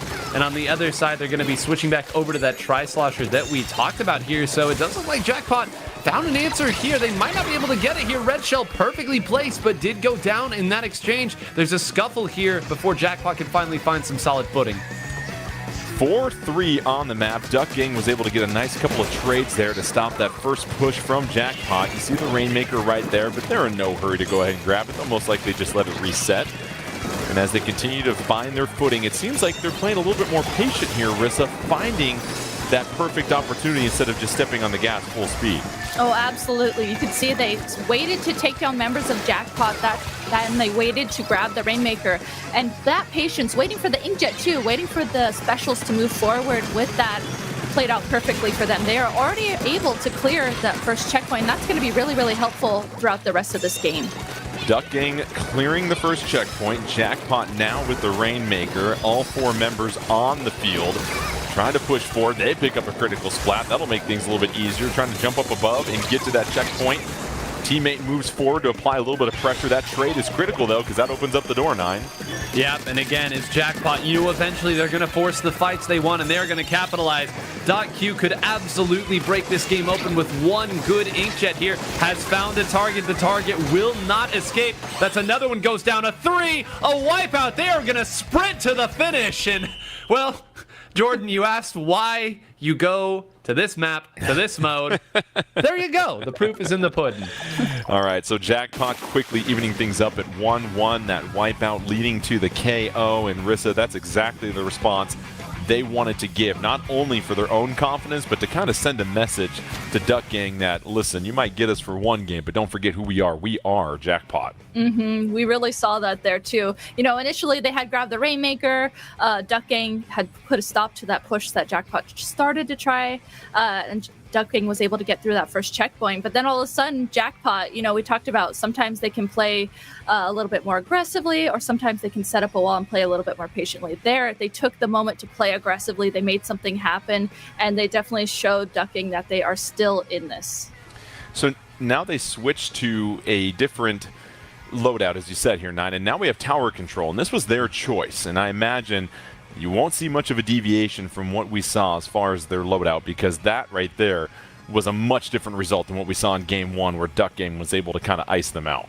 Yeah, and I would say tower control is the Jackpot mode as well. So you can bet your bottom dollar that they have exactly what they want going into this as well. And, you know, we kind of called out there just one or two fights going a certain way. I think it's important to note the real advantage of playing an aggressive style where you're constantly moving forward and attacking is you no longer have to pick your new targets because one of your teammates is already fighting somebody. So when you saw that Inkjet come out, was able to take one member out, I guarantee you, I don't have their voice chat up, but I guarantee you somebody immediately told Q where to fire next.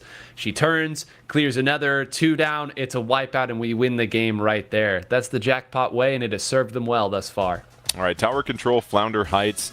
This is one of those interesting maps here where, Rissa, a lot of verticality, right? That tower's got to go up and down before it can go east and west for the most part, and this was a map that has a lot of mobility. We saw this from Last Resort. You play Eel Tail, you kind of get bopped around a little bit. Now you want to go to a map where there's more mobility. It feels like that's the focus for Duck Gang, is how can we move around and use our speed and evasiveness to help give us an advantage.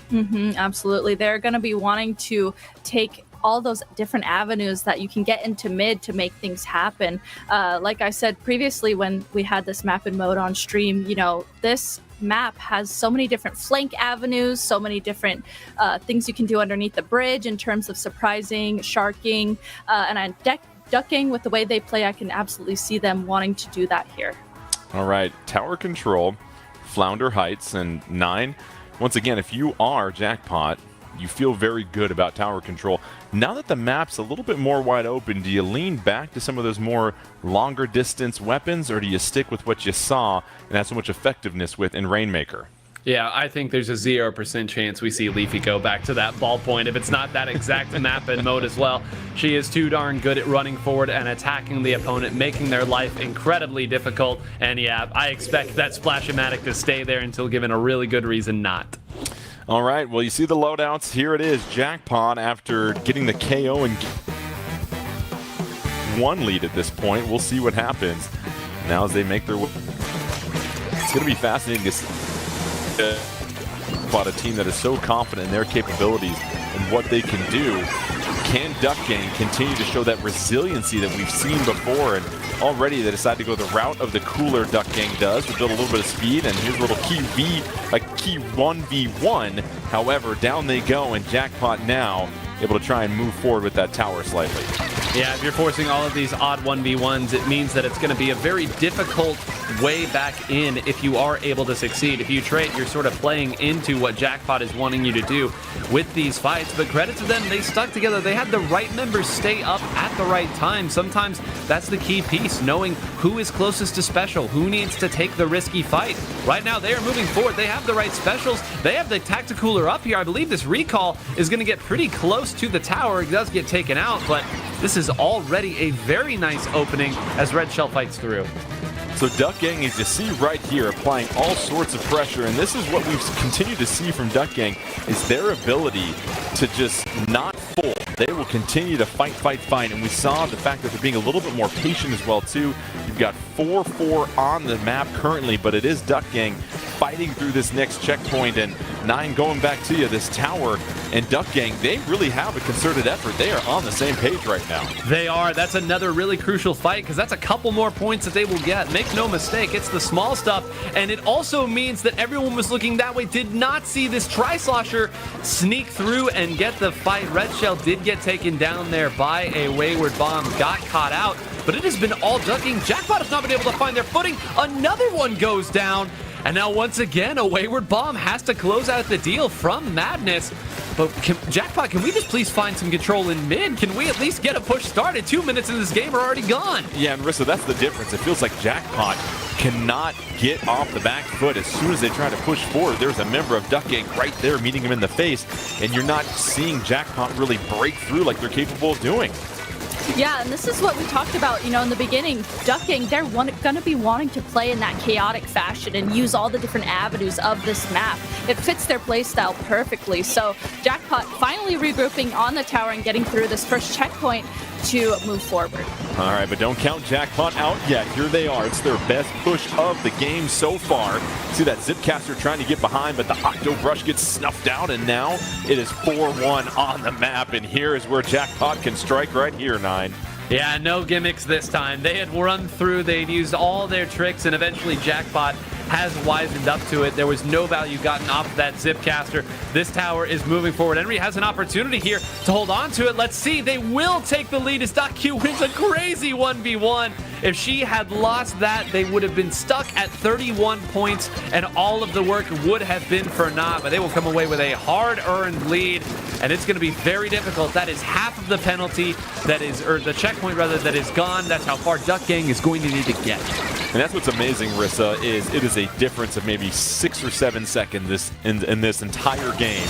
And all because of one key play allows Jackpot to take the lead after being nearly tied at that point. So now Duck Gang, though, don't count them out. They are moving that tower and having no issues with it as they advance forward. This is a key 1v1. Keep an eye on this. Here comes the Slosher raining down. 10 of missiles ready to go. Has to try and get them out before they get splatted. They will get those deployed. That'll try and spread out and maybe buy enough time for Duck Gang, but no, they get splatted, and it's just an inkjet that has to retreat.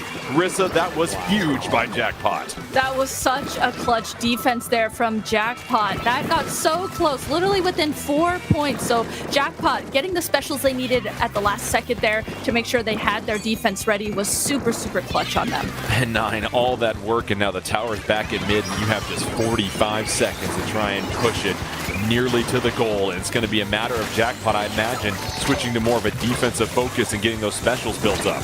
Yeah, and once again, no value gotten off of that Zipcaster. The Octobrush, so strong going forward, it doesn't need a whole lot, but you saw Madness was already turned around knowing where that Zipcaster was going to go to close it out. All of these fights mean that much more. Jackpot has their tactical up, so even if they lose this fight, they're going to get the opportunity to have one more.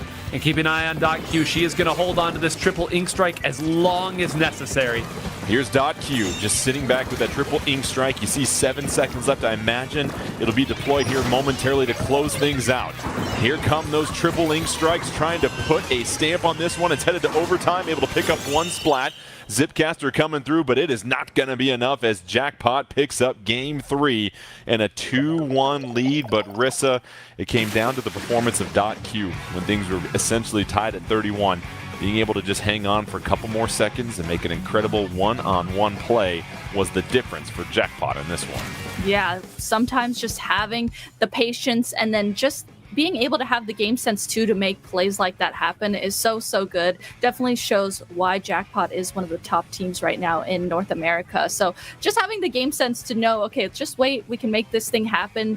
Just wait and have some patience to do it, and that's exactly what .Q was able to do. All right, Clam Blitz coming up next here, 9. And for Jackpot, what are they looking for in Clam Blitz? Obviously, this is a team that can be successful in any mode, but this is one that can possibly work out pretty well for the loadout that they have and their style of play. What stands out to you here?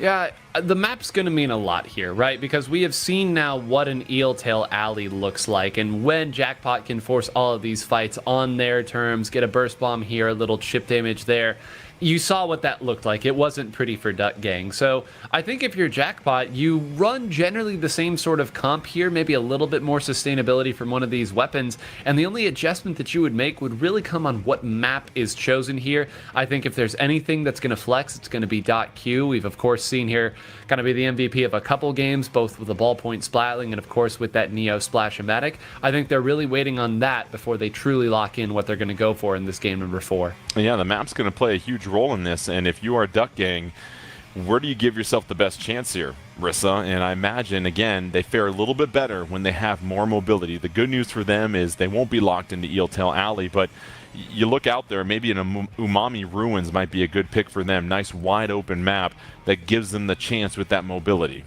You know what? That's actually right where my brain went to, was Umami Ruins. They're going to have that. That map is good for them because there's a lot of open space for them to make things happen, but there's also a lot of places where they can shark around areas, make plays happen with their sharks, and that quick play that they like to do. It has a little bit of both of those things, and I could see them making that work. You know, it's nice when sometimes these players make us look smart. It is Umami Ruins, and it will be Clam Blitz, and so we'll see how this goes. It's the game mode that Well, if you're Jackpot, you have to play because you have to go through all 4 of them first. But this is the map. If you are Duck Gang, it gives you a chance to move around. And so what's critical here about movement on Umami Ruins here, 9? Because you've got a little bit of an elevated mid here with some other points that you can apply some pressure. But is this a map where, especially on Clam Blitz, you've got to get that first initial punch and then you'll take the lead, or can you really take control of this game at any time? Well, like a lot of Splatoon 3 maps, this is one where it's very difficult and very telegraphed with how you're going to break out of your own spawn. So more than a lot of the other maps on Clam Blitz, I would say the biggest frustration for these teams is going to be if the opposing team scores and doesn't go 2 or 3 down in the process, you're going to have to use some specials and fight hard simply to get back to mid. The Clam spawns on this map very much favor teams getting push after push after push. So this is where that pedigree, that patience, and again, an understanding of your opponent's respawn timings when you are safe to move forward versus when they've jumped back in is going to give you the edge. And obviously a little bit of pressure for Duck Gang too, Rissa. It's a different type of pressure when you know that if you drop one more game, you're done for the tournament. And for Jackpot, they know they're 1 win away from getting an opportunity to play against Last Resort for that other championship spot. And so if you're Duck Gang, I imagine you got to take a deep breath here. You have shown that you can come back in these sets. No need to panic right now. Yeah, absolutely. This is prime moment where you say to yourself, okay, guys, we got this. Let's just take a deep breath. You know, we've gotten this close in these games so far. We've taken a game off of Jackpot. So just got to tell yourselves, okay, we can do this. And that's so true, Rissa. They were essentially a 7-second series away from taking game 3 from Jackpot. That's all that separated these two teams in tower control. Here it is. Will this be the final stand for Duck Gang, or can they force a game 5? Jackpot would love to put it away right here. It will be Clam Blitz. However, the map was chosen by Duck Gang, so maybe they can take advantage of the extra space that they have here. Early on, 9, where does the strategy fall as far as how many clams you want to try and gather at the beginning and when you time that first initial push with the power clam? Well, it's a good question because you can kind of already see what Jackpot has opted to do. We have one player here who's going to be our clam carrier working around. I said earlier that the clam spawns on this map favor attackers. If you can gain some control of mid, you will happen upon clams by accident. There's a lot of teams that can't manage that, and yet this map makes it that much easier. So far, neither team has really threatened the other's basket. You see the crab tank coming out here. Power clam in possession for Jackpot, a 20-2 difference as far as total clams that have been coveted on this map. And so they're certainly doing a fine job of picking up the currency. But now here comes that killer whale. Duck Gang doing a good job up until that moment here, Rissa, of staying alive on this map. But now they're able to answer back and take one from Jackpot. Duck Gang here is finally pushed back into mid. Jackpot just had control of mid. They just had this top mid area, which is so important to have control of. Now, Duck Gang is the team that has control of that. You can see these last two members just making sure that they're guarding it, playing this really carefully. And so far, you know, this is so back and forth. Members of both teams keep going down and just continuing to have these trades. Nice little pickup there on the Inkjet, and so now it's Jackpot that's retreating a little bit here, 9, and there's some opportunity there for Duck Gang potentially. It's a push and pull, right? One side retreats while the other side moves up here. The left hand always knows what the right hand is doing, and it's that much more difficult again because of this centerpiece that you either have to waste time climbing up or swim all the way around. These teams once again have traded out a player. It's buckets on each side that'll be respawning as the team tries to gather their forces in the center. Again, tacticalered up, you'd think that it's Jackpot at the advantage, but another one goes down. No, and Rissa, they had used 3 specials there in the past 15 seconds, and they haven't made up any ground or taken any advantage, so let's see if Duck Gang can build up a couple. However, slight person advantage on the map up until then, and now Duck Gang continues to just hold strong here. Seems like Duck Gang, you know, when they get control of an area, they do a really good job at holding it, whether it's 2 players, whether it's 3 players. Even if they have a member down, they can do really good at holding spaces together. And so far, that seems like exactly what they're doing now. Able to get another trade here. So again, we're left in this situation where both teams have essentially the same amount of players on the board. They're both really looking to make something happen. 9, will somebody score, please? I mean, this has been nearly 3 minutes, and nobody's even attempted a shot at the basket. And you talk about evenly matched, and there's an opportunity once again. Jackpot trying to bring in some teammates, but I mean, this is just a stalemate in the middle of the map. And again, look at that. They try to jump back in to get some follow-up there, but they all get taken out on the landing. Q goes back, punishes. Now we have to back up a little bit more. And, you know, it's so funny on open maps. You think that if 2 or 3 goes down, there's going to be an avenue to move forward.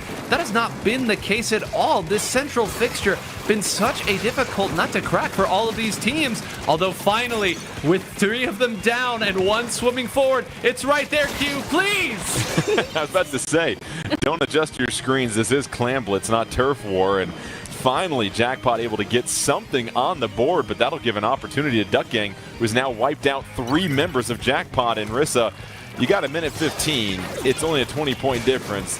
This is nothing for Duck Gang to overcome if they can just threaten the basket, as it looks like they're going to try and approach it here, trying to go from up top. They're able to get the power clam in, but can they follow up with anything? No. Sneaking in, and they take the lead right there, Rissa. Henry able to sneak in there on the left side and score another clam in to make sure that they get the lead. And it's not by much. It really, really shows how back and forth this game has been so far. So good on ducking there to make sure that they at least went and scored that final clam in to get the lead. But 9 back the other way. Jackpot, Tacticooler, and they've got a power clam, and all they need is just to get that in the basket to take the lead, and they do right there. Yep, and this is going to end up being a lot more here. Poor Drifty, that's a wipe out there. Look for them to try to extend this as long as they can. The clock becomes a factor at this point. If they still have an open basket at the end of the game, that'll be it if they don't knock it out before then. Jackpot just pouring it in. A expertly timed push and a wipeout that comes at the most opportune moment. And now Jackpot just has to hang on for about 6 more seconds and some change, because they have got full control of this one. And they are going to find themselves into losers finals if they can just close this out. We're in overtime. Duck Gang trying to do all that they can, but it'll take a titanic effort on their end for a comeback. Here's Leafy trying to come in. Leafy picks up the splat. That's going to get 4-2. Advantage Duck Gang. Duck Gang trying to weave in there. They get the power clam in. Down goes 1, but they only have 1 member left. 1 more splat, and they're just trying to stay alive. The timer's running down, but it's going to be too little, too late for Duck Gang, as Jackpot able to close it out and take it 3-1 and find their way to losers finals. Where up next, they'll face off against Last Resort. And Rissa, you have to applaud Duck Gang for what they were able to do. They fought hard, but at the end, it was just too much Jackpot. Absolutely. Duck Gang really, really showed that they can stay on par with the way that Jackpot play at that level. But Jackpot just was able to take better advantage of the openings that they got there. And we saw that there perfectly at the end. So that it ended up working out best for Jackpot. All right. Well, Jackpot going 4 games, 3-1 victory over Duck Gang right there. So let's go ahead and check out the bracket and get set for losers finals. It'll be our final set of the night. Last Resort versus Jackpot. What's at stake? Well, the second trip to the Splatoon 3 2023 championships. It's right there for one of these 2 teams. We'll find out who is able to make it when we come back here in just a moment. But before we do, big thanks once again to Duck Gang. It's great to see teams like that 9 find their way here, even though they're reformed and reshaped. It's great to see some fresh ink hop in here and put up a good fight like they did. Well, I think it's a reminder, too, that these games are often a lot closer than they may look at the end. Jordan, you expertly called it how close that tower control game really was. There's a lot of just little minor things, even in that Clam Blitz game, where suddenly things change drastically. If one fight goes a different way, if maybe one player scores a clam before they go down, maybe that means the other players are able to retreat. But again, a tip of the cap to Duck Gang there. A great fight there. Not easy to take even 1 game off of Jackpot. All right, we'll step aside when we come back. Losers finals. It'll be Last Resort taking on Jackpot when we come back.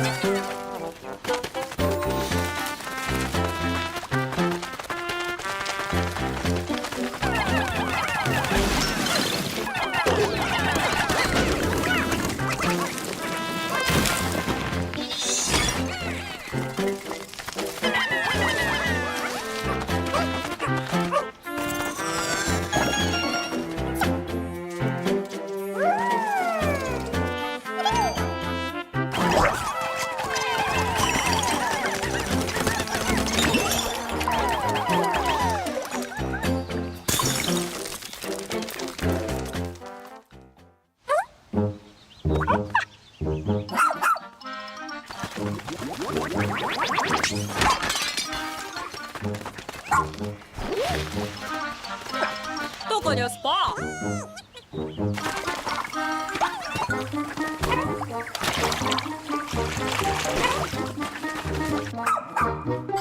Море.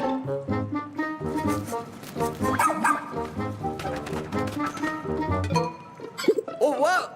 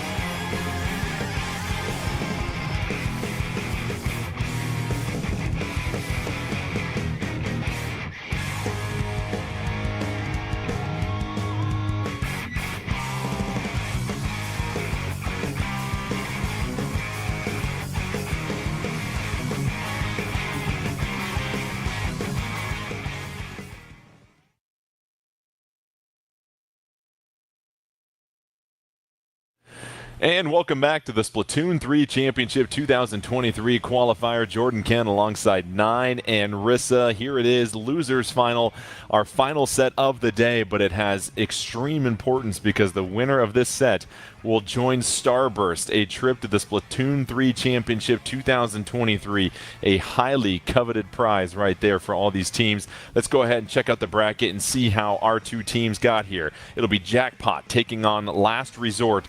Jackpot, don't forget, took Starburst to Game 5. Starburst had to win the final 2 games to take that set.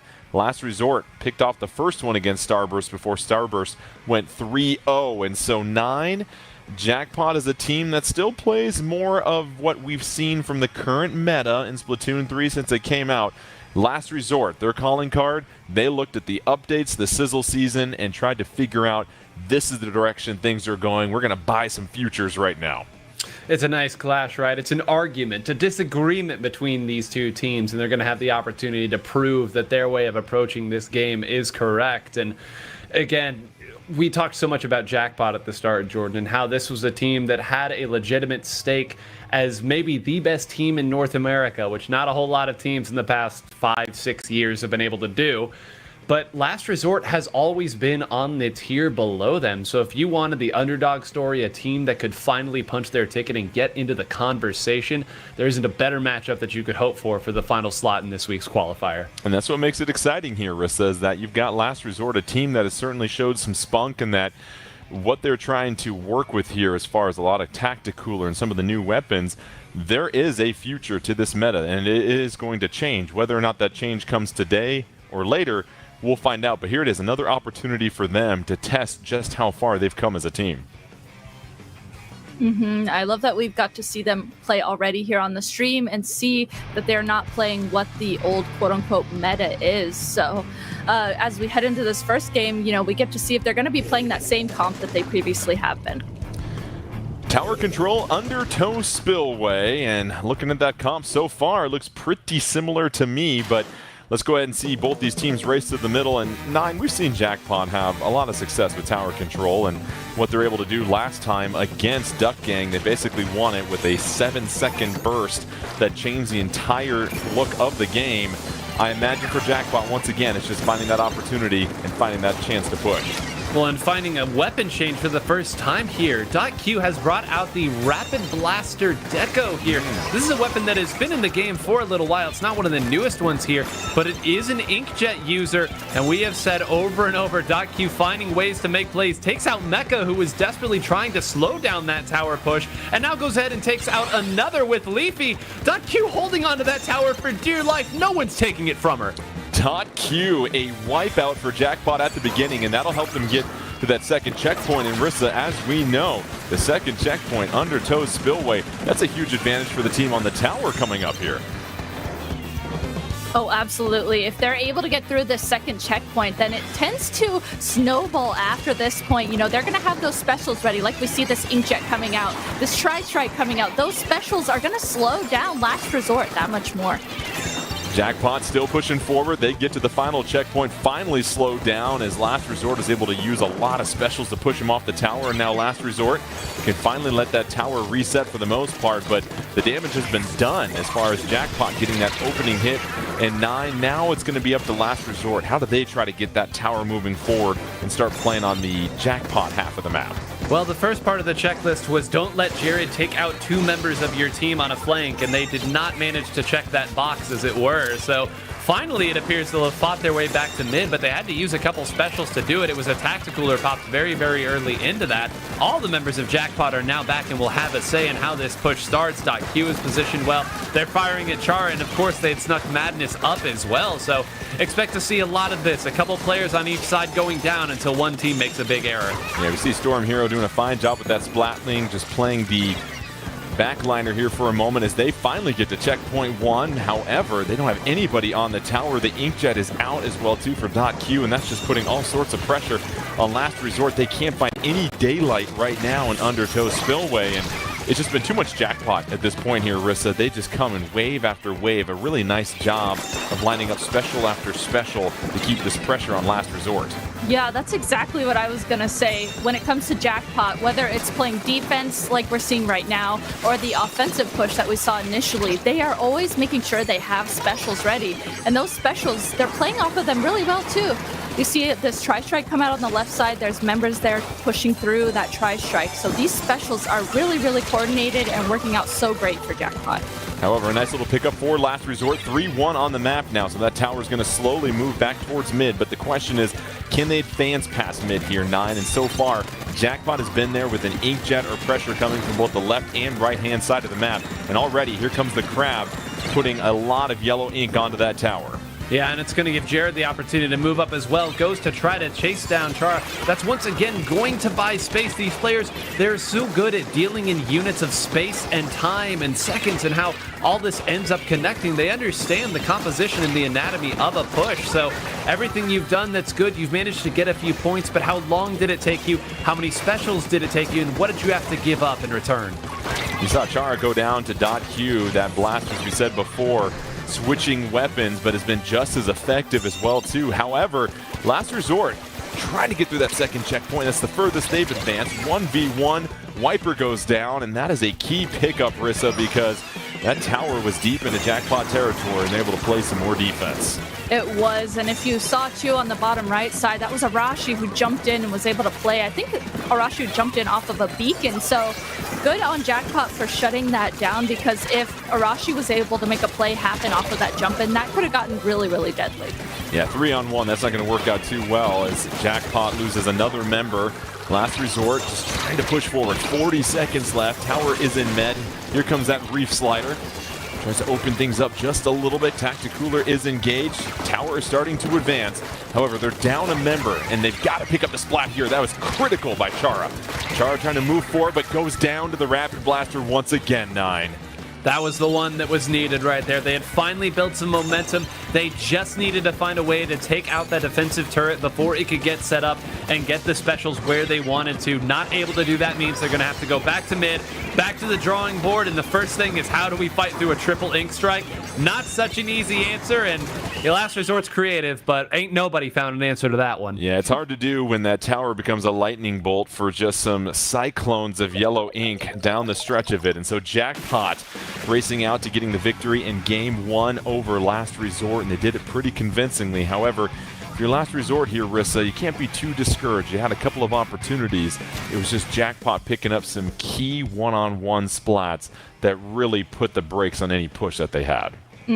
This is kind of looking reminiscent of when Last Resort played Starburst. You know, if they're able to chip away at the bricks of the wall that Jackpot is right now, then they can make something happen. It's the same way they were able to do for Starburst. So now that they have a feel for how Jackpot's playing, what weapons they're playing, maybe they'll have a better game plan going into the second game. So Jackpot picks up the win after picking up the mode here, 9. So now they've got the choice of the 3 other modes, which is nice for them because they can try and get out to a 2-0 advantage. And obviously they won tower control despite Last Resort picking the map. So if you are Jackpot, where do you feel pretty confident? Is this where you start to lean toward a Clam Blitz, possibly? Well, we just heard on high, and it was the answer I was about to give you to, which is Splat Zones. And I think now the interesting point is going to be what map we go to, and depending on the map, what are we going to end up picking? Because we have seen now twice they have gone to Hagglefish Splat Zones, them being Jackpot in this scenario, and both times they brought out that double ballpoint Splatling composition with varying results. Yeah. They were able to beat Starburst, and then they lost to Duck Gang with it. So it sounds like that's not going to be the case, though. We're headed to a different map, Umami Ruins. And once again, Umami Ruins providing more mobility for this Last Resort team. And Rissa, Undertow Spillway, a little bit similar to Eeltail Alley, where there's some choke points there. It's hard to really get east and west too much. Not the case in Umami Ruins. They're going to have a lot of room to maneuver, especially with these Splat Zones. And so this seems to favor Last Resort and that composition they have that's built so much around speed and mobility. If they're going to be able to play around that mid block of Umami Ruins and maybe get some sharks and maybe, you know, get some jump-ins with those sharks and play aggressively off of that, I could really see that being in their favor. They're just going to have to figure out some way to play like that and jumble up what Jackpot is doing.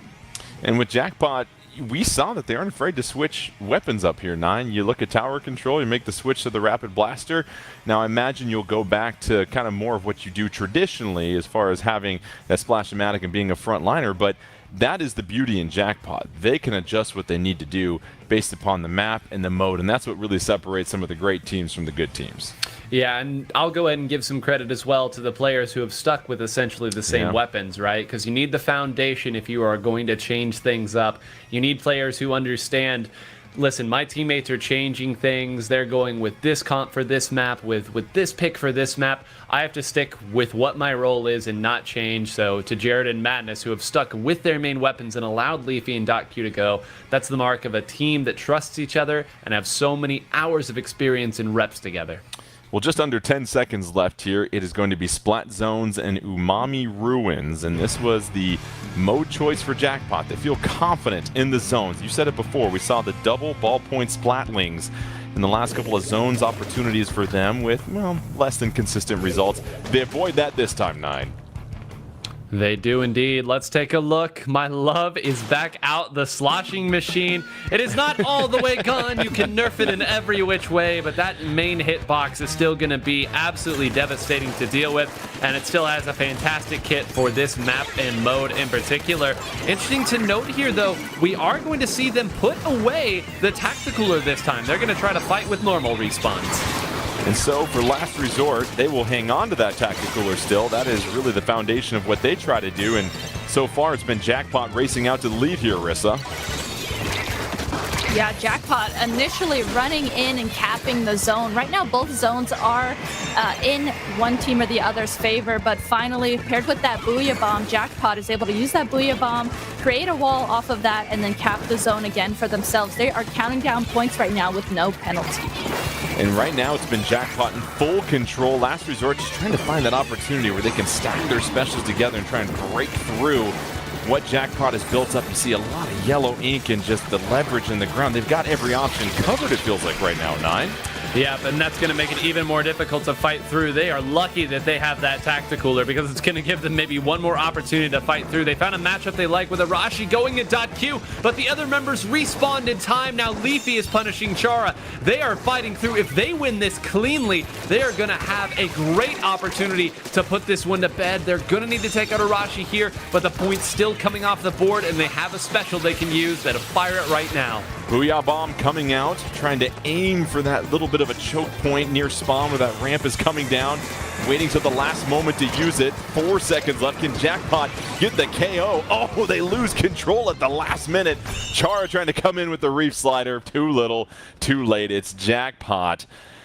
777s for them as they pick up game number 2 and take a commanding 2-0 lead. And, you know, that was pretty impressive and pretty dominant right there, Rissa. It was. Once Jackpot got control of the zone, they had eyes on everything. They had eyes on that left high drop. They had eyes on that initial middle part where people tend to come into the zone. And then also that right drop. You could see members of Last Resort were trying to hide in that right drop area. But when we saw from Madness's point of view, Madness instantly used his Booyah Bomb, threw it out, and then had eyes on that right side. You could see they were communicating really effectively and watching all angles.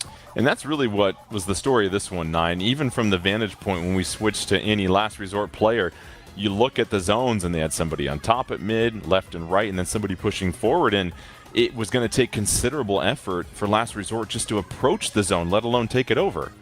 Yeah, everything that we said earlier about Clam Blitz on Umami Ruins, about how difficult it can be simply to fight back in the mid, that's all the more so in Splat Zones, where the opponent has really no incentive to go too far ahead of the zone. Everywhere that you're going to try to push from, they'll have eyes on you, they can fire upon you, and Jackpot did exactly that. So we're going to be going to Clam Blitz here for the final stand of Last Resort. Yeah, we'll see if Last Resort can pick this one up and force a Game 4, and as we said, a lot on the line here. It's that second trip to the Splatoon 3 Championships 2023, and that is a golden opportunity, Rissa, for all of these teams involved to be a part of some of those monumental events. And, you know, there's some pressure there, of course, but we've seen Jackpot. They've been in this spot before, and sometimes knowing how to deal with that pressure and what's on the line can really help you slow down and relax and play your game, I imagine. Oh, absolutely. Patience at this high of a level is so key. If you want to get to a high level in Splatoon, you have to have that patience to know, okay, just sit back, take a deep breath, and we can do this. That is going to be key moving forward. And so 9, we've got Clam Blitz. You look at the potential loadout that we see as we go to Museum dell'Alfonsino, and what are you looking for if you are Jackpot to put this thing to bed, as you said? How do you want to make sure there's no opportunity for Last Resort to try and reverse sweep this or have any glimmer of hope? I mean, you control the pace in the same way that you have before, right? I think that .Q being on these long-range blasters has completely changed the dynamic of how they were able to identify where the members of Last Resort are attacking from. It's one thing to know where they're at. It's one thing to have to dedicate half of your tank to throwing a bomb at where someone is going. It's another thing when you have a nice big hitbox. Jordan, you and I play this weapon. We know exactly how it is. You hit somebody, suddenly they have to move back. You direct somebody, and suddenly they are on the back foot. She's done such a fantastic job of opening avenues up for her teammates to move through. I think you, again, kind of go back to that. Control the pace of the map. Don't let any of the tricks come through. Don't let Arashi jump into a beacon that you missed. Keep it simple. Take care. No tricks coming through. They can tacticooler all they want if they keep running into you. And Rissa, obviously, we aren't mind readers. We don't know exactly what Last Resort is going to do, but I mean, you're down 2-0. Do you try something drastic here, something that's quite a departure of what you've done before? Or do you kind of stick with what you're trying to do as you try to figure out this new direction of the meta? You know, I think this far into the tournament, I think you're going to want to be sticking with what you have been playing. You know, it has worked out here and there for them, but it's what they're comfortable with. And maybe moving forward, they'll play the same weapons, but just switch up their game plan when we head into this game. Clam Blitz, Museum dell'Alfonsino. A chance for Jackpot to get the sweep and head to the Splatoon 3 2023 championships. Last Resort, well, they're going to have to rely on their Last Resort if they want to keep this thing alive. They're down 2-0. Early on, taking a look, 9, anything stand out to you about these loadouts? Well, everything that I said about the blaster, you can toss to the wayside. Q has gone back over to the ballpoint, which is a fine pick by any stretch, but it has also allowed Leafy to switch back over to the Splatana Stamper, another one of the very powerful weapons in the last patch that did receive a bit of a nerf. You'll note again, though, that the strong users of that weapon can still make it work at a high level, so that is a pick that we have seen quite often on this map and mode throughout every map and mode. Jackpot had 19 clams, but they lose a member. They still have the advantage. That Stamper comes out here for Last Resort, but then down they go. So far, they've just been trading back and forth some specials. Nobody has really tried to threaten with that power clam yet, Rissa. Yeah, no one has really threatened anything. You can see .Q is holding on to this power clam, and I love that she's just kind of waiting for them to have the advantage. And with them getting 2 members down of Last Resort, .Q is able to push forward, scoring that power clam that she held in for so long. And the remaining members of Jackpot, they're scoring in those clams that they were holding on to as well. Yeah, significant push early on. You get past that 2 power clam limit, and that's what you're looking for in that opening push here, 9. And so Jackpot, the damage has been done, and that's going to be 44 points for them as they take the 56-100 lead. Now even more pressure on Last Resort at this point. I mean, that's got to be so frustrating. You finally stopped them and you were able to take 3 of them out, and then suddenly the last one that you didn't take out was the beacon for the super jumps for everybody to come right back in and continue the pressure. You think you just defended? Well, guess what? You got to do it again. And here they come, Jackpot filling up that basket. They erase the penalty, able to build onto their lead just a little bit, but more importantly, they're just controlling the flow of this game so far, Rissa. Last Resort just scrambling to protect their base. They can't even think about offense at this moment. Yeah, Last Resort, they're just consistently stuck in their plat spinner area here that we see them in. And they, like you said, they haven't even been able to think about getting into mid, getting a push in. They are holding on to clams, which is really, really important. You see they have 15 clams there at the top left of the screen, but they haven't even been able to get into mid. Jackpot is holding it down. Just over 2:30 left. They're trying to jump in here. Arashi with that Stamper behind, and that worked out pretty well. They're able to get a power clam in, and here comes the cavalry, and all of a sudden, Last Resort storms ahead to take the lead, 9. What year is it here? We're jumping into an Ultra Stamp. Listen, not many people can use that Ultra Stamp better than Arashi can. He's been doing it for so long, but they knew and were building just enough of those clams. Rissa called out exactly how many they had. I was kind of curious why they were trying to build up so much and play so passively, but hey, if you can junk them all in and get the lead, the entire rest of the game looks different. And how about that goes right by the reef slider, opposite directions. Now they just need one more clam to take the lead. Jackpot takes it right back with under 2 minutes left. A bold move favors the aggression as Jackpot now takes a narrow 3-point lead. And Rissa, it's starting to heat up here because last resort we saw how much time and coordination it took them. Jackpot can put tremendous pressure on them if they can get another clam in the basket. Yeah, Jackpot is already putting all this pressure on them. They are still in Last Resort's plat. They use that tacticaler, and I love that they used the tacticaler, scored that clam in, and in case they went down, they'd be able to respawn right away. So Jackpot, again, opening up the basket, and the longer that Jackpot keeps this basket open, the more time it's going to be that Last Resort needs to scramble to even get into mid, like we had talked about previously in the beginning of this game. Yeah, Jackpot just chipping away, and we've seen a couple of gift clams that have gone out for Last Resort, but they can't capitalize on that because Jackpot just attacks so quickly right back at them. So here comes that Inkjet moving forward. Last Resort, 3 members on the map at this point, still 4 for Jackpot. And 9, are you going to play aggressive if you're Jackpot, or do you want to maybe come back to a defensive formation and just try to ice out Last Resort? No, I think especially on a map like this where people have to drop down into mid if they want to keep moving forward, it behooves you to continue to attack, continue to move forward. And again, as long as you don't let any of the tricks go through, Arashi waiting here. He's the reason that these big pushes happened, and now he's going to be forced to reveal himself to try to defend, sensing the moment. But just like that, Jackpot doesn't mark forward. They simply take mid, they hold on to it. No tricks this time. Last Resort, they have 13 seconds left. They're trying to build up their specials. They have 2 power clams. They could potentially take the lead. They need a little bit more help, though. They are trailing by 15, but you see the 29-point penalty. So it would be 2 clams plus these power clams if they want to take the lead. We're to overtime. 3 members left. Jackpot trying to get the sweep, trying to find their ticket to the championships. Jackpot just trying to hang on. Inkjet coming in. Dueling Inkjets at this point. They both land here in a moment. Jackpot just trying to find that opportunity, picking off one more member of Last Resort. Suction bomb comes out, but it's going to be Jackpot that picks up the 3-0 sweep and the second and final spot to the Splatoon 3 2023 championships. And coming into this tournament, the 2 top teams were Starburst and Jackpot, and it holds true as those 2 advance on. It was fast, it was competitive 9. Credit to Last Resort and Duck Gang, but at the end of the day, it takes a lot of skill and even more consistency to beat the top dogs here. Yeah, we said so many of these games riding on a razor's edge, a thin margin, but it's no secret that these better teams somehow end up coming out on top of every coin flip. It's the subtle stuff, them holding on, the timing of certain pieces, how much space you took. And again, like you said, a tip of the cap to all the teams that came out, competed here today, but these were the Blue Bloods. They held true, and man, I cannot wait to see another matchup between those 2 later this year. All right, let's go ahead and check out the final bracket here after all the action.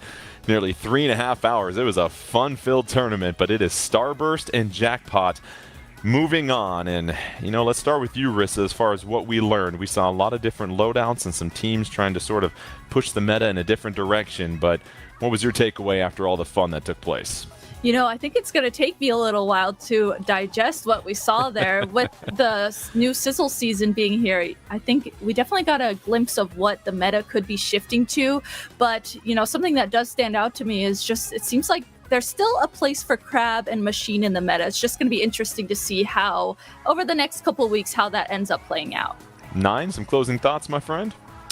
Just that this was a great tournament to illustrate what's new and strong versus what you're comfortable with. And there's always the argument of, do I play the new, stronger comp that I'm less familiar with, or one that's maybe a little weaker, but that we can play to its maximum potential? I think we saw that again from Starburst and Jackpot. They say whatever the meta is, as long as our stuff still works, we'll make it happen. I can't wait to see next week as these other teams get a chance to prove that their variant of Splatoon can work. And that's what we call a segue, my friends. Don't forget, next week, keep it tuned in right here. 2 more teams will punch their ticket to the Splatoon 3 2023 championships. Maybe we'll see Last Resort, and maybe we'll see Duck Gang back in the fold of things. But for myself, Nine, and Rissa, our wonderful production team, thanks again for joining us. Don't forget to keep it tuned in to Nintendo Versus for all of your competitive Nintendo action. From all of us here, enjoy the rest of your Sunday, and we'll see you next week.